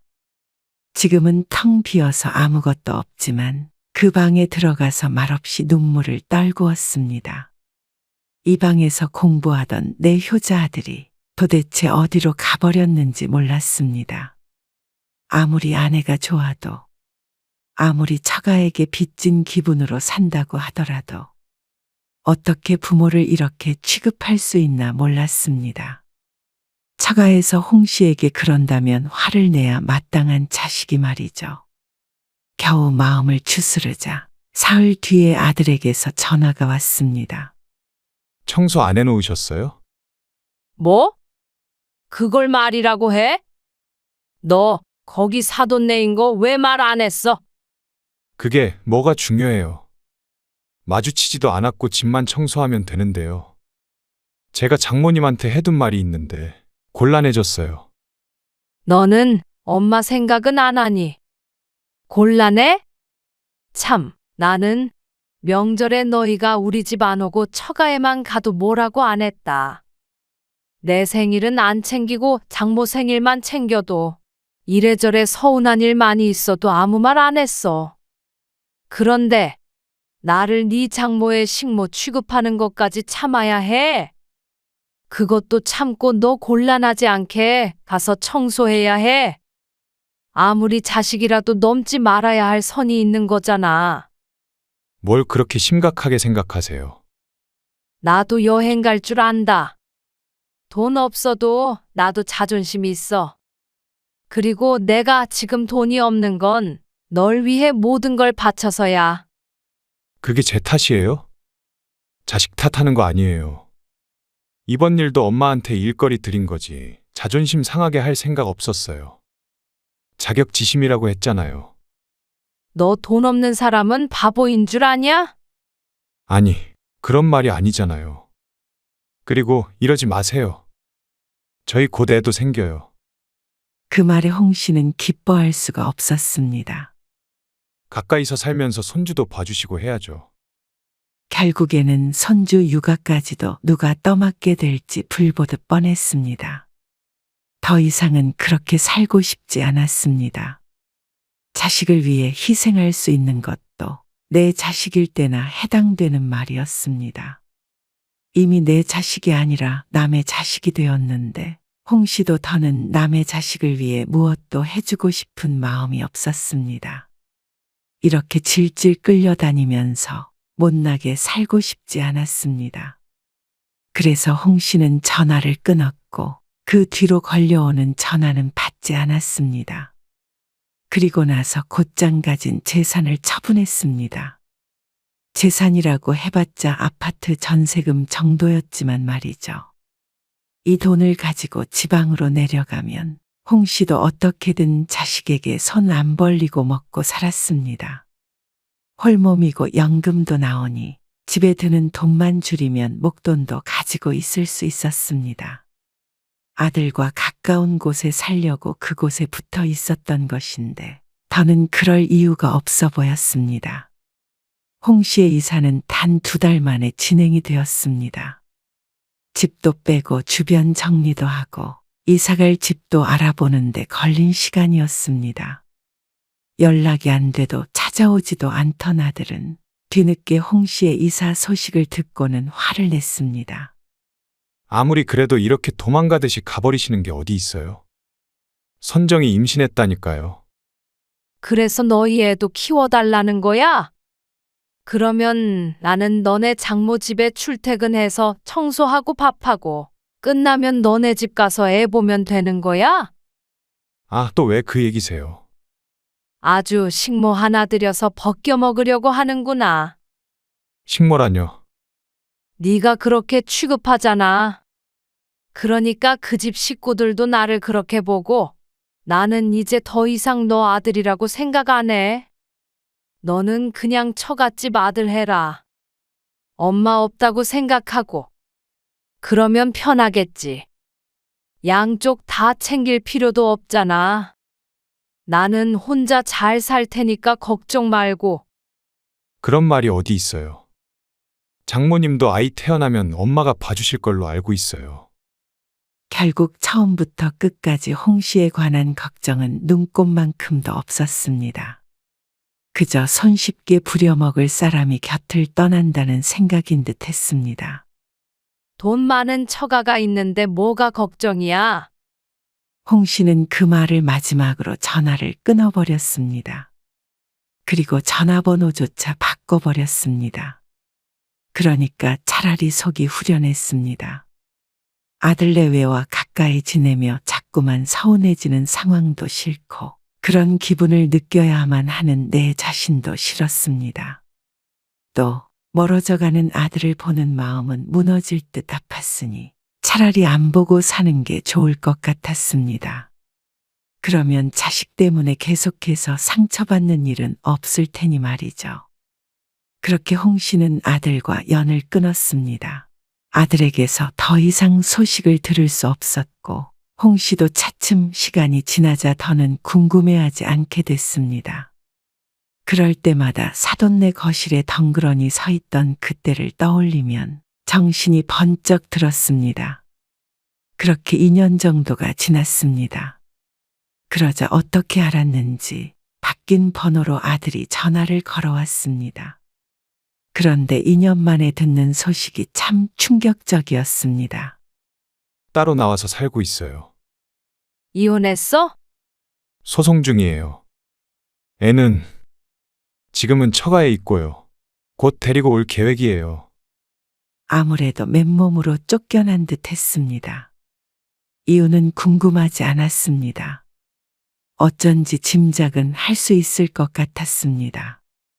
그렇게 마음에 차지 않았던 사위이니 말이죠. 어디 계세요? 제가 한번 갈게요. 아들이 우울한 목소리로 물었습니다.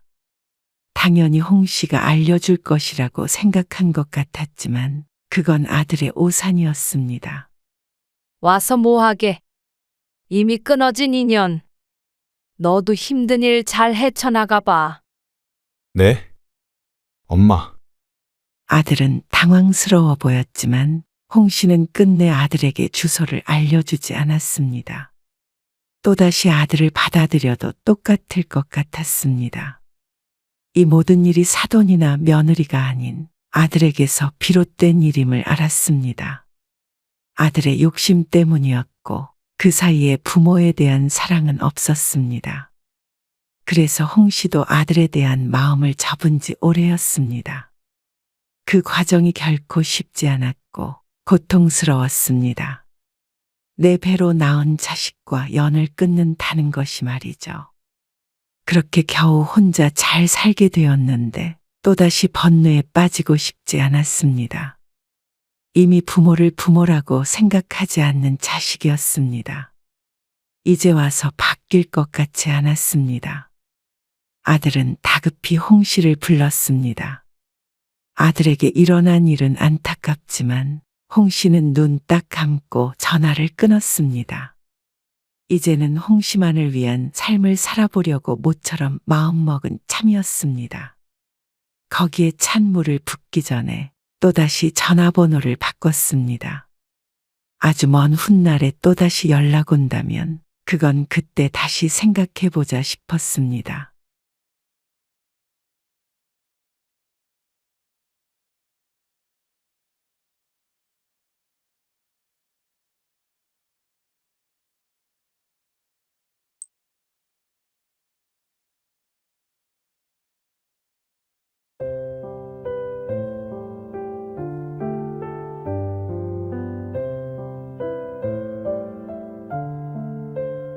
당신도 거기서 적극적으로 얘기를 했어야지. 아버지가 당신 눈치 보느라고 요양원 보내자는 거잖아. 뭐? 나 때문이라는 거야? 당연한 거 아니야? 며느리 고생시킬까봐 그러잖아. 아니, 아버님도 며느리 고생할까봐 그러지 말라 그러는데. 남편인 당신이 왜 나서서 그러는데? 참, 어떻게 사람이 이렇게 못됐냐? 애들이 뭘 보고 배우겠어? 뭐? 못됐다고? 나도 충분히 할 도리하고 살아. 그렇게 모시고 살고 싶으면 당신이 가서 모시라니까? 그게 말이 되냐? 내가 뭐 호래비도 아니고 모양새가 그게 좋아. 또 우리가 모시고 살아야 나중에 자식들이 우리를 데리고 살 거 아니야. 나는 치매 걸려서 애들한테 보살핌 받을 생각 없어. 나는 절대 안 되니까 당신이 가든지 말든지 해. 정말 너무한다. 나는 솔직히 당신이 모시고 오자고 할 줄 알았어. 아니, 같이 사는 아버님조차 요양원에 모시자는데 당신이 왜 그러는 거야? 그것도 당신이 하기는 힘드니까 나 시킬 생각이잖아. 그래서 가게도 접으라며. 그게 말이나 돼? 아, 자식이니까 그 정도는 해야 되는 거야. 자식 노릇 마음껏 해. 당신이 가는 건 막지 않을 테니까. 오늘 이야기 속 주인공은 59세 신복희 씨입니다. 그리고 그녀의 남편에 관한 이야기이죠. 신 씨는 남편과 시부모님 봉양 문제로 갈등이 있을 거라고는 생각하지 못했습니다. 둘째이기도 했고 아직 두 분 모두 살아계시기 때문이었습니다. 거동이 힘들고 이제는 치매까지 걸린 시어머니를 모시고 살고 싶어 하는 남편. 하지만 그것도 스스로 책임지는 것이 아니라 신 씨를 통해서 효도를 하고 싶은 모양이었습니다. 자식들 모두 독립시키고 이제 좀 편히 살아보나 했는데 나이 들어 시어머니 병수발을 들 수는 없었습니다. 그런 신 씨를 남편은 자식의 도리를 하지 않는다며 매정하다고 했죠. 좀 더 나이 들면 내 한 몸도 건사하기 힘들어질 텐데 그렇게 고된 삶을 살고 싶지 않았습니다. 시아버지조차 시어머니를 좋은 요양원에 입소시키자고 하는데 왜 직접 하지도 않을 부양을 하겠다고 나서는지 몰랐습니다. 그래놓고는 무작정 집으로 시어머니를 데리고 온 남편은 신 씨에 대한 예의는 눈꼽만큼도 없어 보였습니다. 그렇게 효자 노릇을 하고 싶다면 신 씨도 더 이상 말리고 싶지 않았습니다. 악처 취급을 하는 남편에게 정말로 악처가 될 각오가 되어 있었습니다. 신 씨는 자식이 둘이었습니다. 첫째 아들은 결혼을 했고 둘째는 미혼이지만 독립해서 직장에 다니고 있었습니다. 그리고 남편은 얼마 전 퇴직했고 신 씨는 아직 작은 식당을 운영하고 있습니다. 둘째가 곧 결혼을 할 것을 감안하더라도 노후 준비는 어느 정도 되어 있었기 때문에 이제는 좀 내려놓고 살아도 되겠다 싶었습니다. 그런데 시어머니가 치매 진단을 받으면서 모든 것이 어그러지기 시작했습니다. 애미야, 물 한 잔만 줘봐라. 기침이 자꾸 나오네. 네. 잠시만요. 모처럼 신 씨의 집에 방문했던 시어머니는 평소처럼 애미야하고 자주 신 씨를 불렀습니다. 하지만 다른 점이 있었죠. 애미야, 네. 어머님. 물 떠다 드리려고 했어요. 아니 근데 여기 화장실이 어디 있냐? 네? 화장실이요? 자주 드나들었던 집인데 뜬금없이 화장실이 어디냐고 묻는 시어머니 때문에 당황스러웠습니다. 하지만 도대체가 기억이 안 난다면서 퇴근하는 통에 어떨결에 화장실까지 시어머니를 안내하기 위해서 식탁을 돌아나가자 보이는 광경에 할 말을 잃었습니다. 순간 머리를 한 대 얻어맞은 기분이었습니다. 어머님. 바지는 왜 그러고 계세요? 바지와 속옷을 내린 상태 그대로 걸어온 시어머니. 신 씨가 놀라서 얼른 바지를 올려주려고 하자 시어머니가 신 씨의 손을 탁 소리가 나게 쳐냈습니다. 쉬마렵다니까. 얼른 화장실이나 알려줘. 하는 말을 들어보면 전혀 이상한 상황이 아닌 듯 태어냈습니다. 평소 말투와도 같았고 말이죠. 여기잖아요. 화장실. 신 씨가 시어머니를 잡아 끌고 그 옆에 있는 욕실로 이끌었습니다. 아, 그랬냐? 시어머니는 대수롭지 않게 욕실 안으로 들어가 버렸습니다. 한 1년 전부터 건망증이 심해져서 치매 검사를 하러 다녀온 적도 있었는데 결과는 양호했습니다. 그래서 안심하고 있었는데 이런 일이 있으니 어떻게 해야 할지를 몰랐습니다. 마침 남편이 방에 들어가 있어서 그 장면을 못 보았는데 남편에게 얘기했더니 잠시 놀란 듯 하다가 고개를 가로저었습니다. 그 정도로 무슨 치매야? 너무 급했나 보지. 남편은 그 모습을 못 봤기 때문에 그렇게 말하는 듯 했습니다. 속옷까지 내린 채로 거실을 활보하던 시어머니의 모습을 떠올리자 신 씨는 심상치 않다고 생각했습니다. 그리고 남편이 시어머니를 모셔다 드리는 틈을 타서 시아버지와 통화를 했죠. 그런데 이상하다고 생각하는 건 신 씨뿐만이 아닌 듯 했습니다.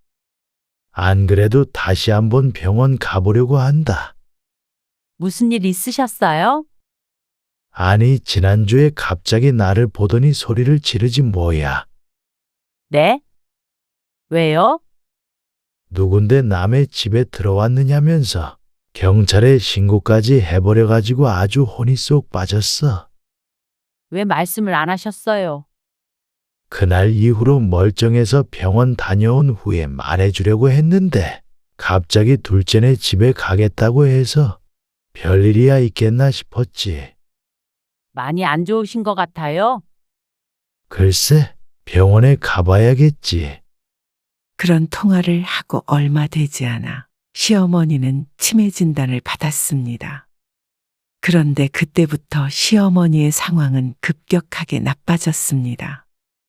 어떻게 진행이 그렇게 빠를 수가 있어? 나도 몰라. 그래서 아버님은 어떻게 하고 계신데? 뭘 어떻게 해? 기저귀 사오셨대. 정말? 정신이 온전할 때도 있었지만 가끔은 누워서 변을 보기도 한다는 시어머니의 이야기를 듣고 놀랐습니다. 그래도 시아버지가 곁에 있어서 다행이라고 생각했습니다. 어머님은 좀 어떠세요? 괜찮아. 대화도 되고. 아버님은 편찮으신 데는 없고요? 그렇지. 내 걱정은 말어. 그래서 안심했지만 그것도 몇 달 뿐이었습니다. 치매라는 게 이런 식으로 빨리 사람의 정신과 육체를 지배해버릴 줄은 몰랐습니다. 얼마 못 가서 시어머니는 밖에서는 혼자 걷지 못할 지경이 됐습니다. 보조기를 하거나 옆에서 누가 부축해주지 않으면 똑바로 걷지 못했습니다. 그나마 익숙한 집안에 있으면 화장실도 혼자 가고 소소한 집안일도 할 수 있었기에 불행 중 다행이라고 여겨야 했습니다. 그렇지만 그건 따로 사는 신 씨의 생각이었고 시아버지는 아주 고된 노동을 하고 있었습니다. 그러다가 시어머니가 침대에서 굴러떨어져 다리가 부러지는 사고가 나기도 했습니다. 아, 그러니까 낮은 침대 쓰시라니까. 침대는 당연히 낮은 걸로 바꿨지. 네 형이 사줬어. 근데 거기서 어떻게 굴렀는가 다리가 부러져 버리냐? 저상 침대였는데 잘못 굴러 떨어졌는지 아니면 연세가 많아 뼈가 약해서 그랬는지 어쨌거나 그 때문에 한동안 병원에 입원해야 했습니다. 그런데 입원했을 때는 차라리 나았지만 퇴원한 후는 쉽지 않은 시간이 되었습니다. 시어머니가 퇴원하고 한 달이 안 돼서 가족끼리 모이게 되었습니다. 아버님, 제가 도와드릴게요. 네, 저희가 할 테니까 거실에 계세요. 자식들이 있는 와중에 바지에 실내를 한 시어머니를 데리고 시아버지가 급히 안방으로 들어갔습니다. 그래서 신 씨가 큰 동서와 함께 따라 들어갔죠.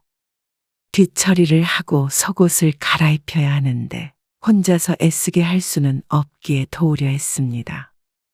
그 와중에 아들들은 걱정은 하지만 거들 생각은 없어 보였습니다. 아니야. 내가 할게.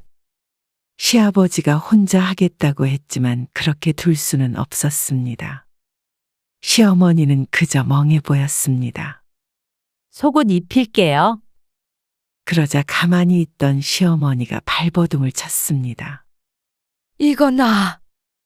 어머니, 이것만 입고요. 시어머니는 80이 넘었어도 힘이 무척 셌습니다. 일단 이 나이에도 키가 170이 넘었으니 신씨 혼자는 제압할 수가 없었고 큰동서와 함께 낑낑거리며 붙잡고 입히고 난리가 났습니다.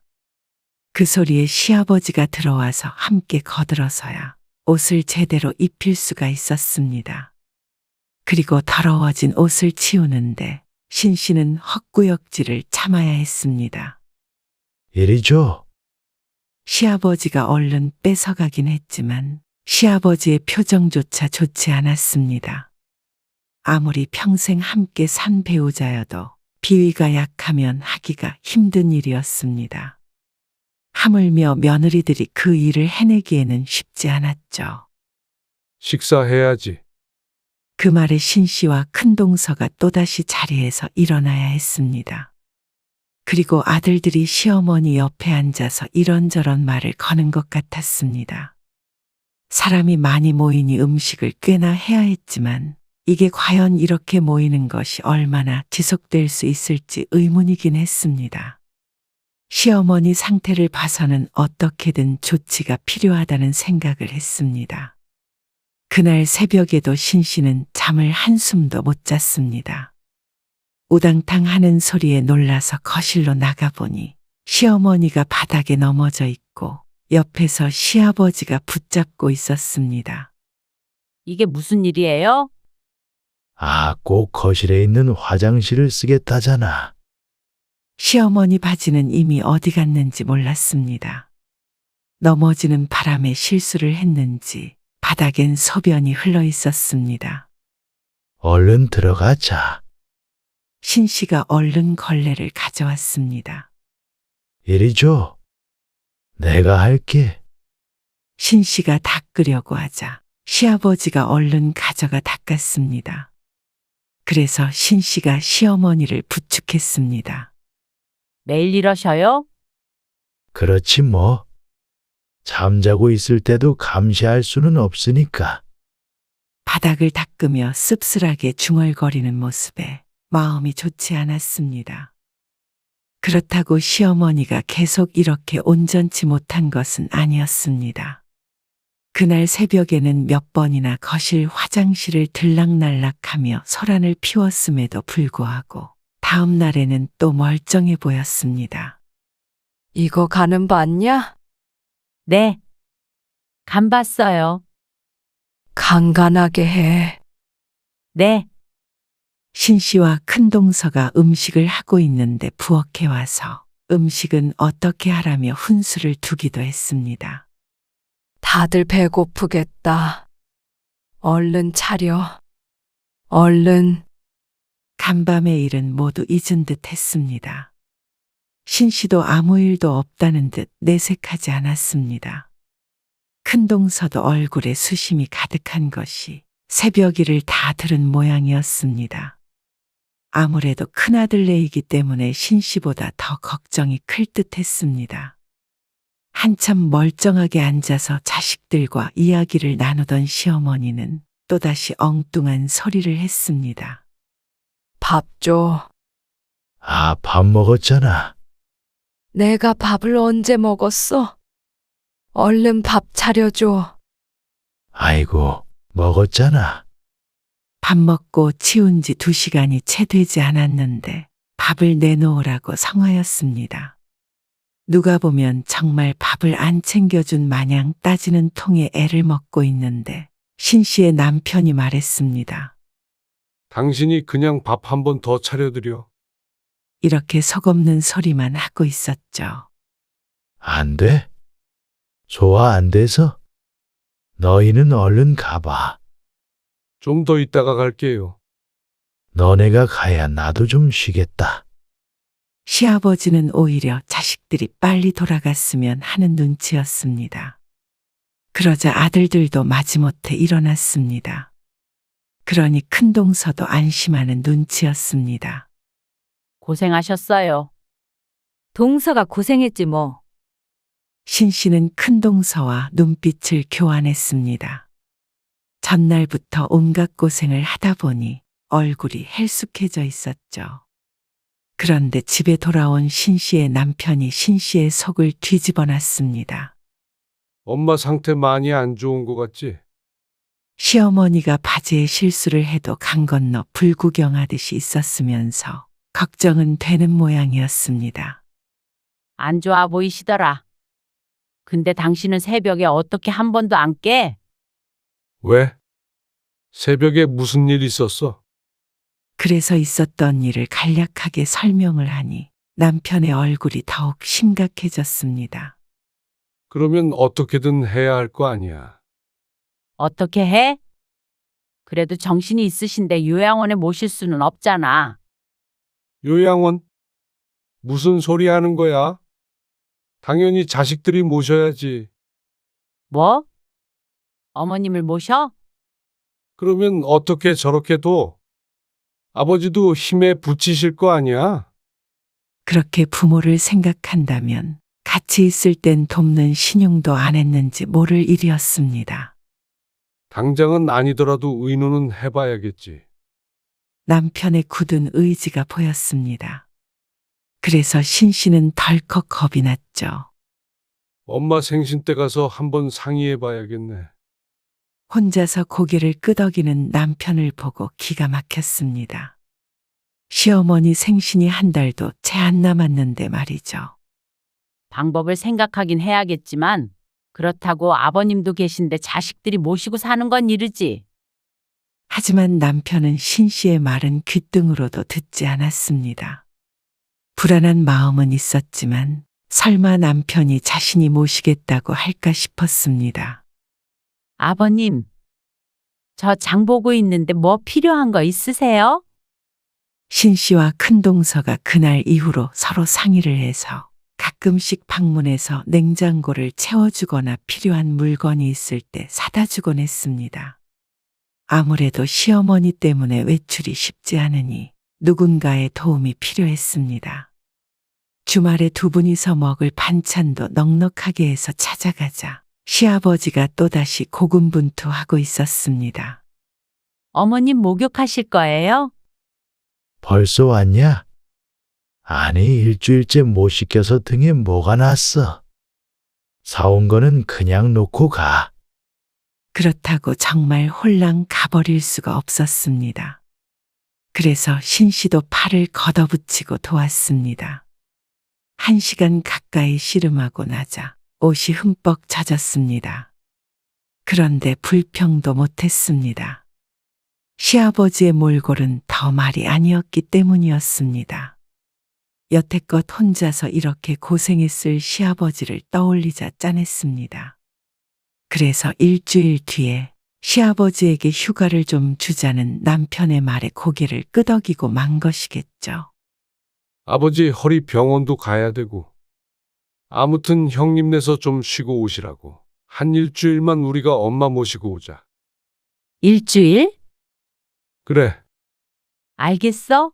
아버님 힘에 부치는 것 같더라. 그렇겠지. 어차피 평일 낮에는 신 씨도 가게에 나가봐야 하기 때문에 부담은 덜했습니다. 은퇴해서 집에 있는 남편이 대부분 돌볼 것으로 예상했기 때문에 알았다고 했습니다. 남편이 책임지고 시어머니를 모시고 오니 아주 극진했습니다. 엄마, 이것 좀 드셔보세요. 이게 뭐야? 귤이요. 껍질 까드려요? 퇴근해서 오니 남편이 시어머니 옆에 딱 붙어서 시중을 들고 있었습니다. 어머니 옷 갈아입혀 드렸어? 목욕도 시켰지. 잘했다. 예상보다 남편은 시어머니를 잘 보살폈습니다. 그런데 사흘쯤 지나자 남편이 신 씨에게 말했습니다. 당신도 좀 어머니 좀 챙겨드려. 챙겨드리잖아. 그게 아니라 매일 좀 속옷도 갈아입혀 드리고 해. 간밤에 기저귀 빼셔서 내가 치웠어. 오늘은 당신이 좀 돌봐봐. 하루 종일? 왜? 당신 어디가? 아니, 앞으로 우리가 모시고 살 수도 있는데 당신도 엄마 돌봐드리는 것 좀 해봐야지. 그게 무슨 말이야? 주말에 모처럼 집에 있는데 시어머니 수발을 온전히 신씨 보고 들으라는 말이었습니다. 옆에서 거들면 되지. 뭘 그렇게 종일 붙어 있어야 해? 당연하지. 무슨 사고가 있을 줄 알고. 남편은 수저 하나 드는 것까지 옆에서 봐줘야 한다고 생각했습니다. 그리고 신씨가 그렇게 해주질 않자 자신도 힘든지 짜증을 냈죠. 당신은 왜 아무것도 안 하는데? 아무것도 안 하긴. 어머님 밥 차려드리고 간식 챙겨드리고 빨래하고 청소하고 나 혼자 다 하고 있잖아. 그건 신씨가 출근을 하고 나서도 마찬가지였습니다. 점심에 시어머니 밥까지 미리 챙겨놓고 나갔었는데 이제 와서 한 게 없다는 말이 황당했습니다. 그리고 잠기가 어두운 남편을 대신해서 새벽 시간에 시어머니와 씨름하고 있는 것도 신씨였고 말이죠. 여기서 얼마나 더 잘하라는 말인지 몰랐습니다. 또 시어머니가 늘 정신이 없는 것은 아니었는데 멀쩡할 때는 또 멀쩡한 대로 신씨를 힘들게 했습니다. 애미 너는 음식을 너무 싱겁게 하네. 싱거우세요? 아니 어쩔 때는 또 짜고 이렇게 손맛이 없어가지고 아유 아, 간을 좀 더 할까요? 됐다. 밥맛이 이상하다. 메뉴가 마음에 안 든다 불평을 하기도 했고 신씨의 남편이 아닌 꼭 신씨를 콕 집어서 심부름을 시켰습니다. 애미야 걸레 좀 가져와라. 네, 어머님. 여보, 어머님 걸레 좀 가져다 드려. 나 고무장갑 때문에. 애미야 네가 갖고 와. 아범 바쁜데. 하는 일은 소파에 누워있는 일밖에 없는 남편이 뭐가 바쁘다는 건지 몰랐습니다. 하지만 꼭 신씨에게 시키니 할 수 없이 고무장갑을 벗고 걸레를 가져드릴 수밖에 없었습니다. 여기요. 그걸로 저기 좀 닦어. 먼지가 한가득이야. 소파와 거실창이 붙어있는 모서리를 가리키며 말하는 시어머니. 설거지를 하다 말고 난데없이 청소를 해야 했습니다. 애미야 이거 해라. 저것 좀 해라. 며느리가 아니라 시종이라도 부리듯이 말하는 시어머니 때문에 정신이 온전하다고 기뻐할 수만은 없었습니다. 만약에 같이 살게 되면 신씨가 제 명에 못 살 것 같았죠. 어머님, 낮잠을 자다가 누워서 용변을 본 시어머니. 기저귀는 어느새 머리맡에 풀어져 있는 상태였습니다. 남편은 마침 외출한 참이라 신씨 혼자서 낑낑대며 시어머니를 씻기고 용변을 처리해야 했습니다. 그러니 시간이 훌쩍 지나가 있었고 신씨는 녹초가 돼 있었습니다. 덩치가 시어머니가 더 크기에 혼자서 부축하는 것도 쉽지가 않았습니다. 밥 차려라. 어머님, 드셨어요? 아범 오면 네가 구박했다고 할 거야. 어머님, 제가 언제 구박을 했어요? 밥도 안 주고 구박했잖아. 한숨만 나왔습니다. 그리고 화장실을 가더라도 부축을 해야 했기에 한시도 곁에서 떨어질 수가 없었습니다. 그런데 남편은 아무래도 시어머니를 계속 모시고 살고 싶은 눈치였습니다. 이런 상황에서 어떻게 그럴 수가 있는지 이해가 되지 않았습니다. 혼자서 어떻게든 해냈다면 신씨도 또 다르게 생각했을 수도 있겠지만 남편의 생각은 달랐습니다. 당신도 슬슬 가게 정리할 때 됐잖아. 가게를 왜 정리해? 장사 더해서 뭐해? 노후에는 좀 쉬면서 보내고 싶다며? 그런데 남편의 심중을 신씨도 모르지 않았습니다.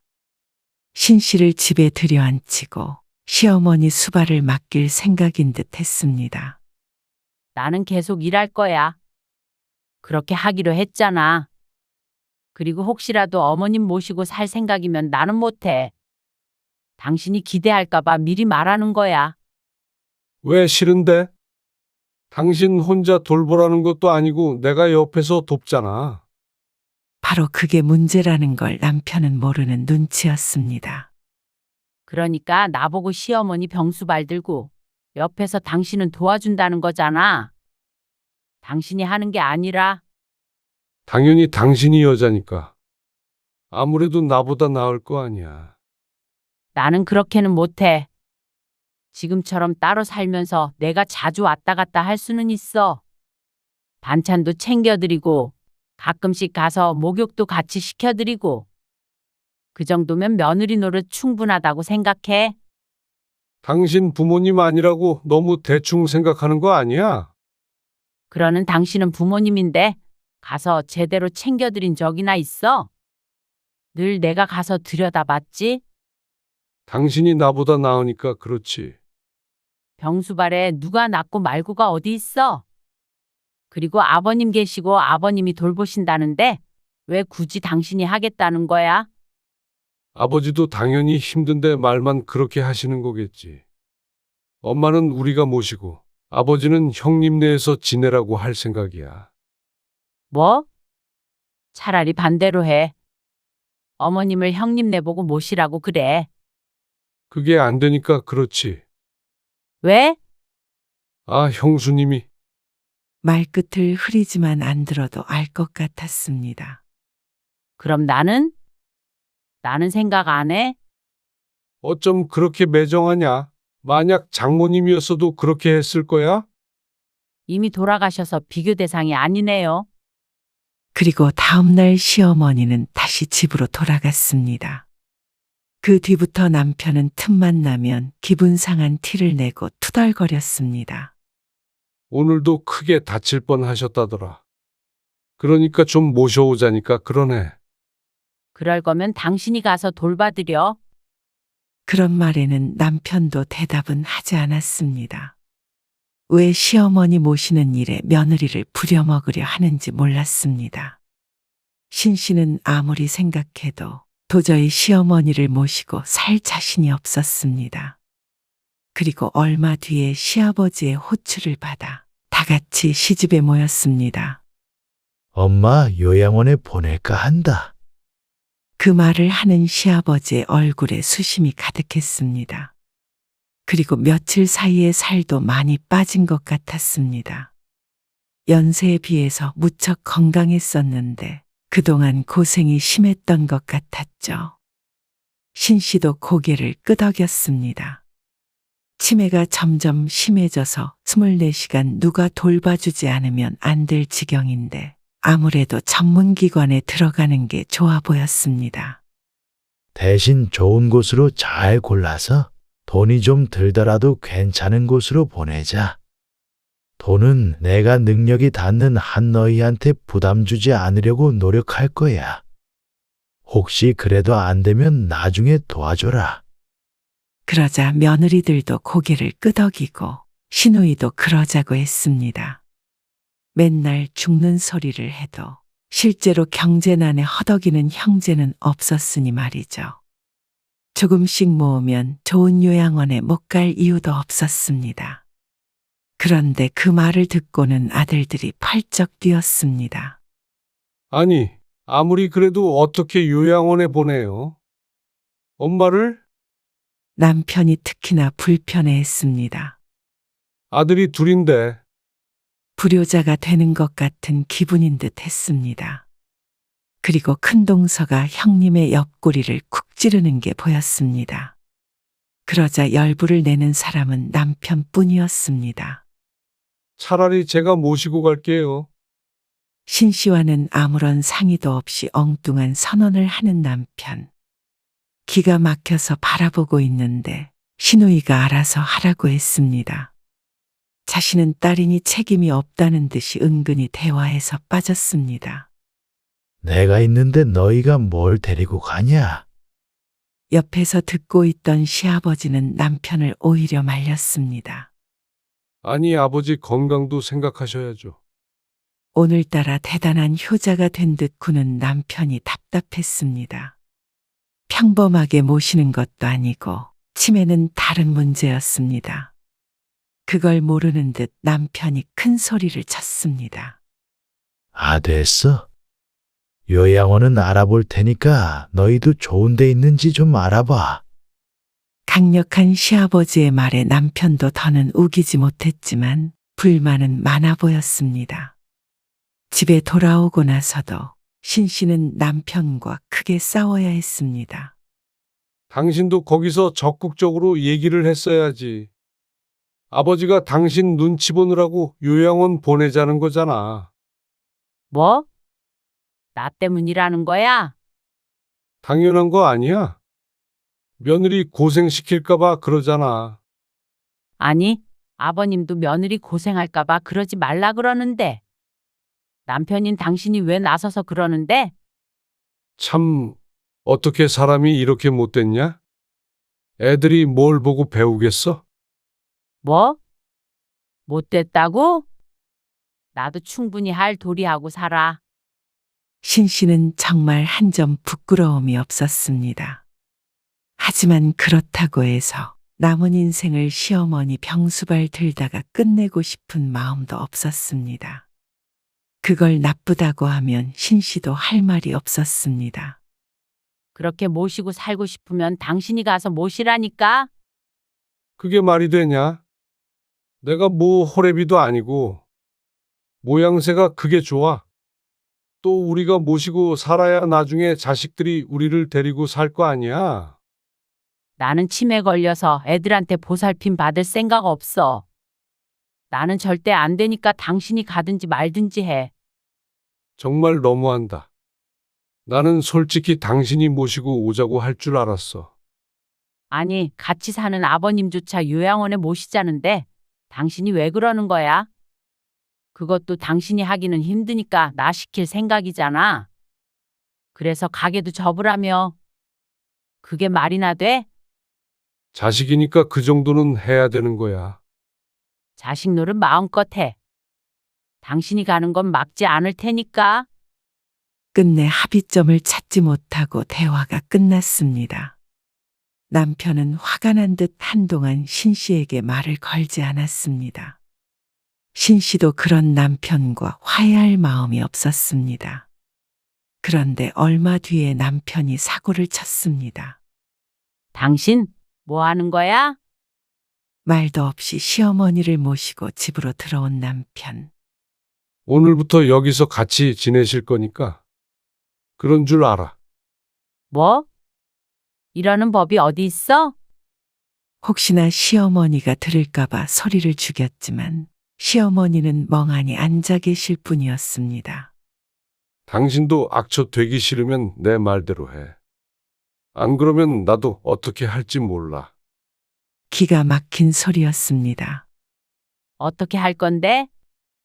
그건 나도 모르지. 참, 악처는 효자가 만든다는 옛말이 틀린 것 하나 없었습니다. 도대체 언제부터 이런 효자인 줄은 몰랐지만 혼자서만 잘났고 신 씨는 피도 눈물도 없는 며느리 취급을 했습니다. 당신이 효자 되는 걸 왜 나를 통해서 하려는 거야? 부부 아니야. 당신도 좀 모시고 살 수 있는 거지. 말을 들어보니 그러지 않으면 이혼이라도 하겠다고 협박을 하는 듯 했습니다. 신 씨도 더 이상 남편의 독단을 두고 볼 마음이 없었습니다. 그러면 누가 무서운가 싶었죠. 그래? 그러면 내가 악처할게. 뭐? 당신이 꼭 이 집에서 어머님 모시고 싶다면 그렇게 해. 대신 내가 나갈게. 뭐야? 나랑 이혼이라도 하겠다는 말이야? 그걸 원한다면 그렇게 해주고. 이 집에서 살아. 나는 이 집으로 대출 받아서 따로 집 구해서 나갈게. 신 씨는 벌떡 일어나서 짐을 쌌습니다. 뭐? 진짜 나간다고? 그러자 남편은 무척 당황스러운 듯 했습니다. 진짜 나가지 그러면 가짜로 나가? 남편은 이러지도 저러지도 못했습니다. 집 밖을 나서는 신 씨를 붙잡지도 못했습니다. 시어머니가 밥을 내놓으라며 호통을 치기 시작해서였습니다. 그 사이에 신 씨는 집을 나왔습니다. 무작정 나와서 호텔에서 묵으며 부동산을 찾아갔습니다. 일단 단기간 머무를 수 있는 곳을 찾고 천천히 집을 구해볼 작정이었습니다. 남편이 전화를 걸면 받지 않았습니다. 그러니 전화기에서 불이 났습니다. 그리고 일주일 정도 지나자 남편에게서 문자 메시지가 왔습니다. 열흘도 안 돼서 어머니를 집으로 돌려보냈다는 말이었습니다. 역시나였습니다. 혼자서는 감당도 못할 일을 신씨만 믿고 저질러버린 남편에게 어이가 없었습니다. 그러면서 돌아오라고 하는 남편. 돌아가야 할지 말아야 할지 고민이 많이 되었습니다. 그런데 그때 시아버지에게서 전화가 왔죠. 미안하다. 원준이 엄마 요양원은 알아봤어. 곧 들어가기로 했으니까 걱정 말고 원준이 그놈 좀 용서해줘라. 이미 상황을 알고 있는 듯 했습니다. 시어머니를 데리고 가길래 급하게 요양원을 알아보신 듯 했죠. 죄송해요. 제가 부족해서 어머님 모시고 못 살아서요. 남편인 나도 못 해보는 걸 남인 며느리가 어떻게 책임을 져. 너희끼리 잘 살아. 제가 자주 찾아뵐게요. 신 씨는 시아버지의 전화에 집으로 돌아갔습니다. 만약 남편만 연락이 왔다면 안 돌아갔을지도 몰랐습니다. 그쪽으로 많이 마음이 기운 상태였습니다. 돌아간 집에서는 남편이 시아버지에게 어떤 욕을 들었는지 풀이 죽은 상태였습니다. 어쩌면 시어머니 수발을 들다가 학을 뗀 것 같기도 했죠. 자주 뵈러 가자. 그래. 알았어. 어쨌거나 남편은 더 이상 모시고 살자는 말은 안 할 듯 했습니다. 신 씨는 약속한 대로 요양원에 자주 찾아뵈었습니다. 형제들 누구보다도 열심히 도리를 했으니 남편도 더는 악처라는 말을 하지 않았습니다. 신 씨 또한 마음속 거리낌이 없었습니다.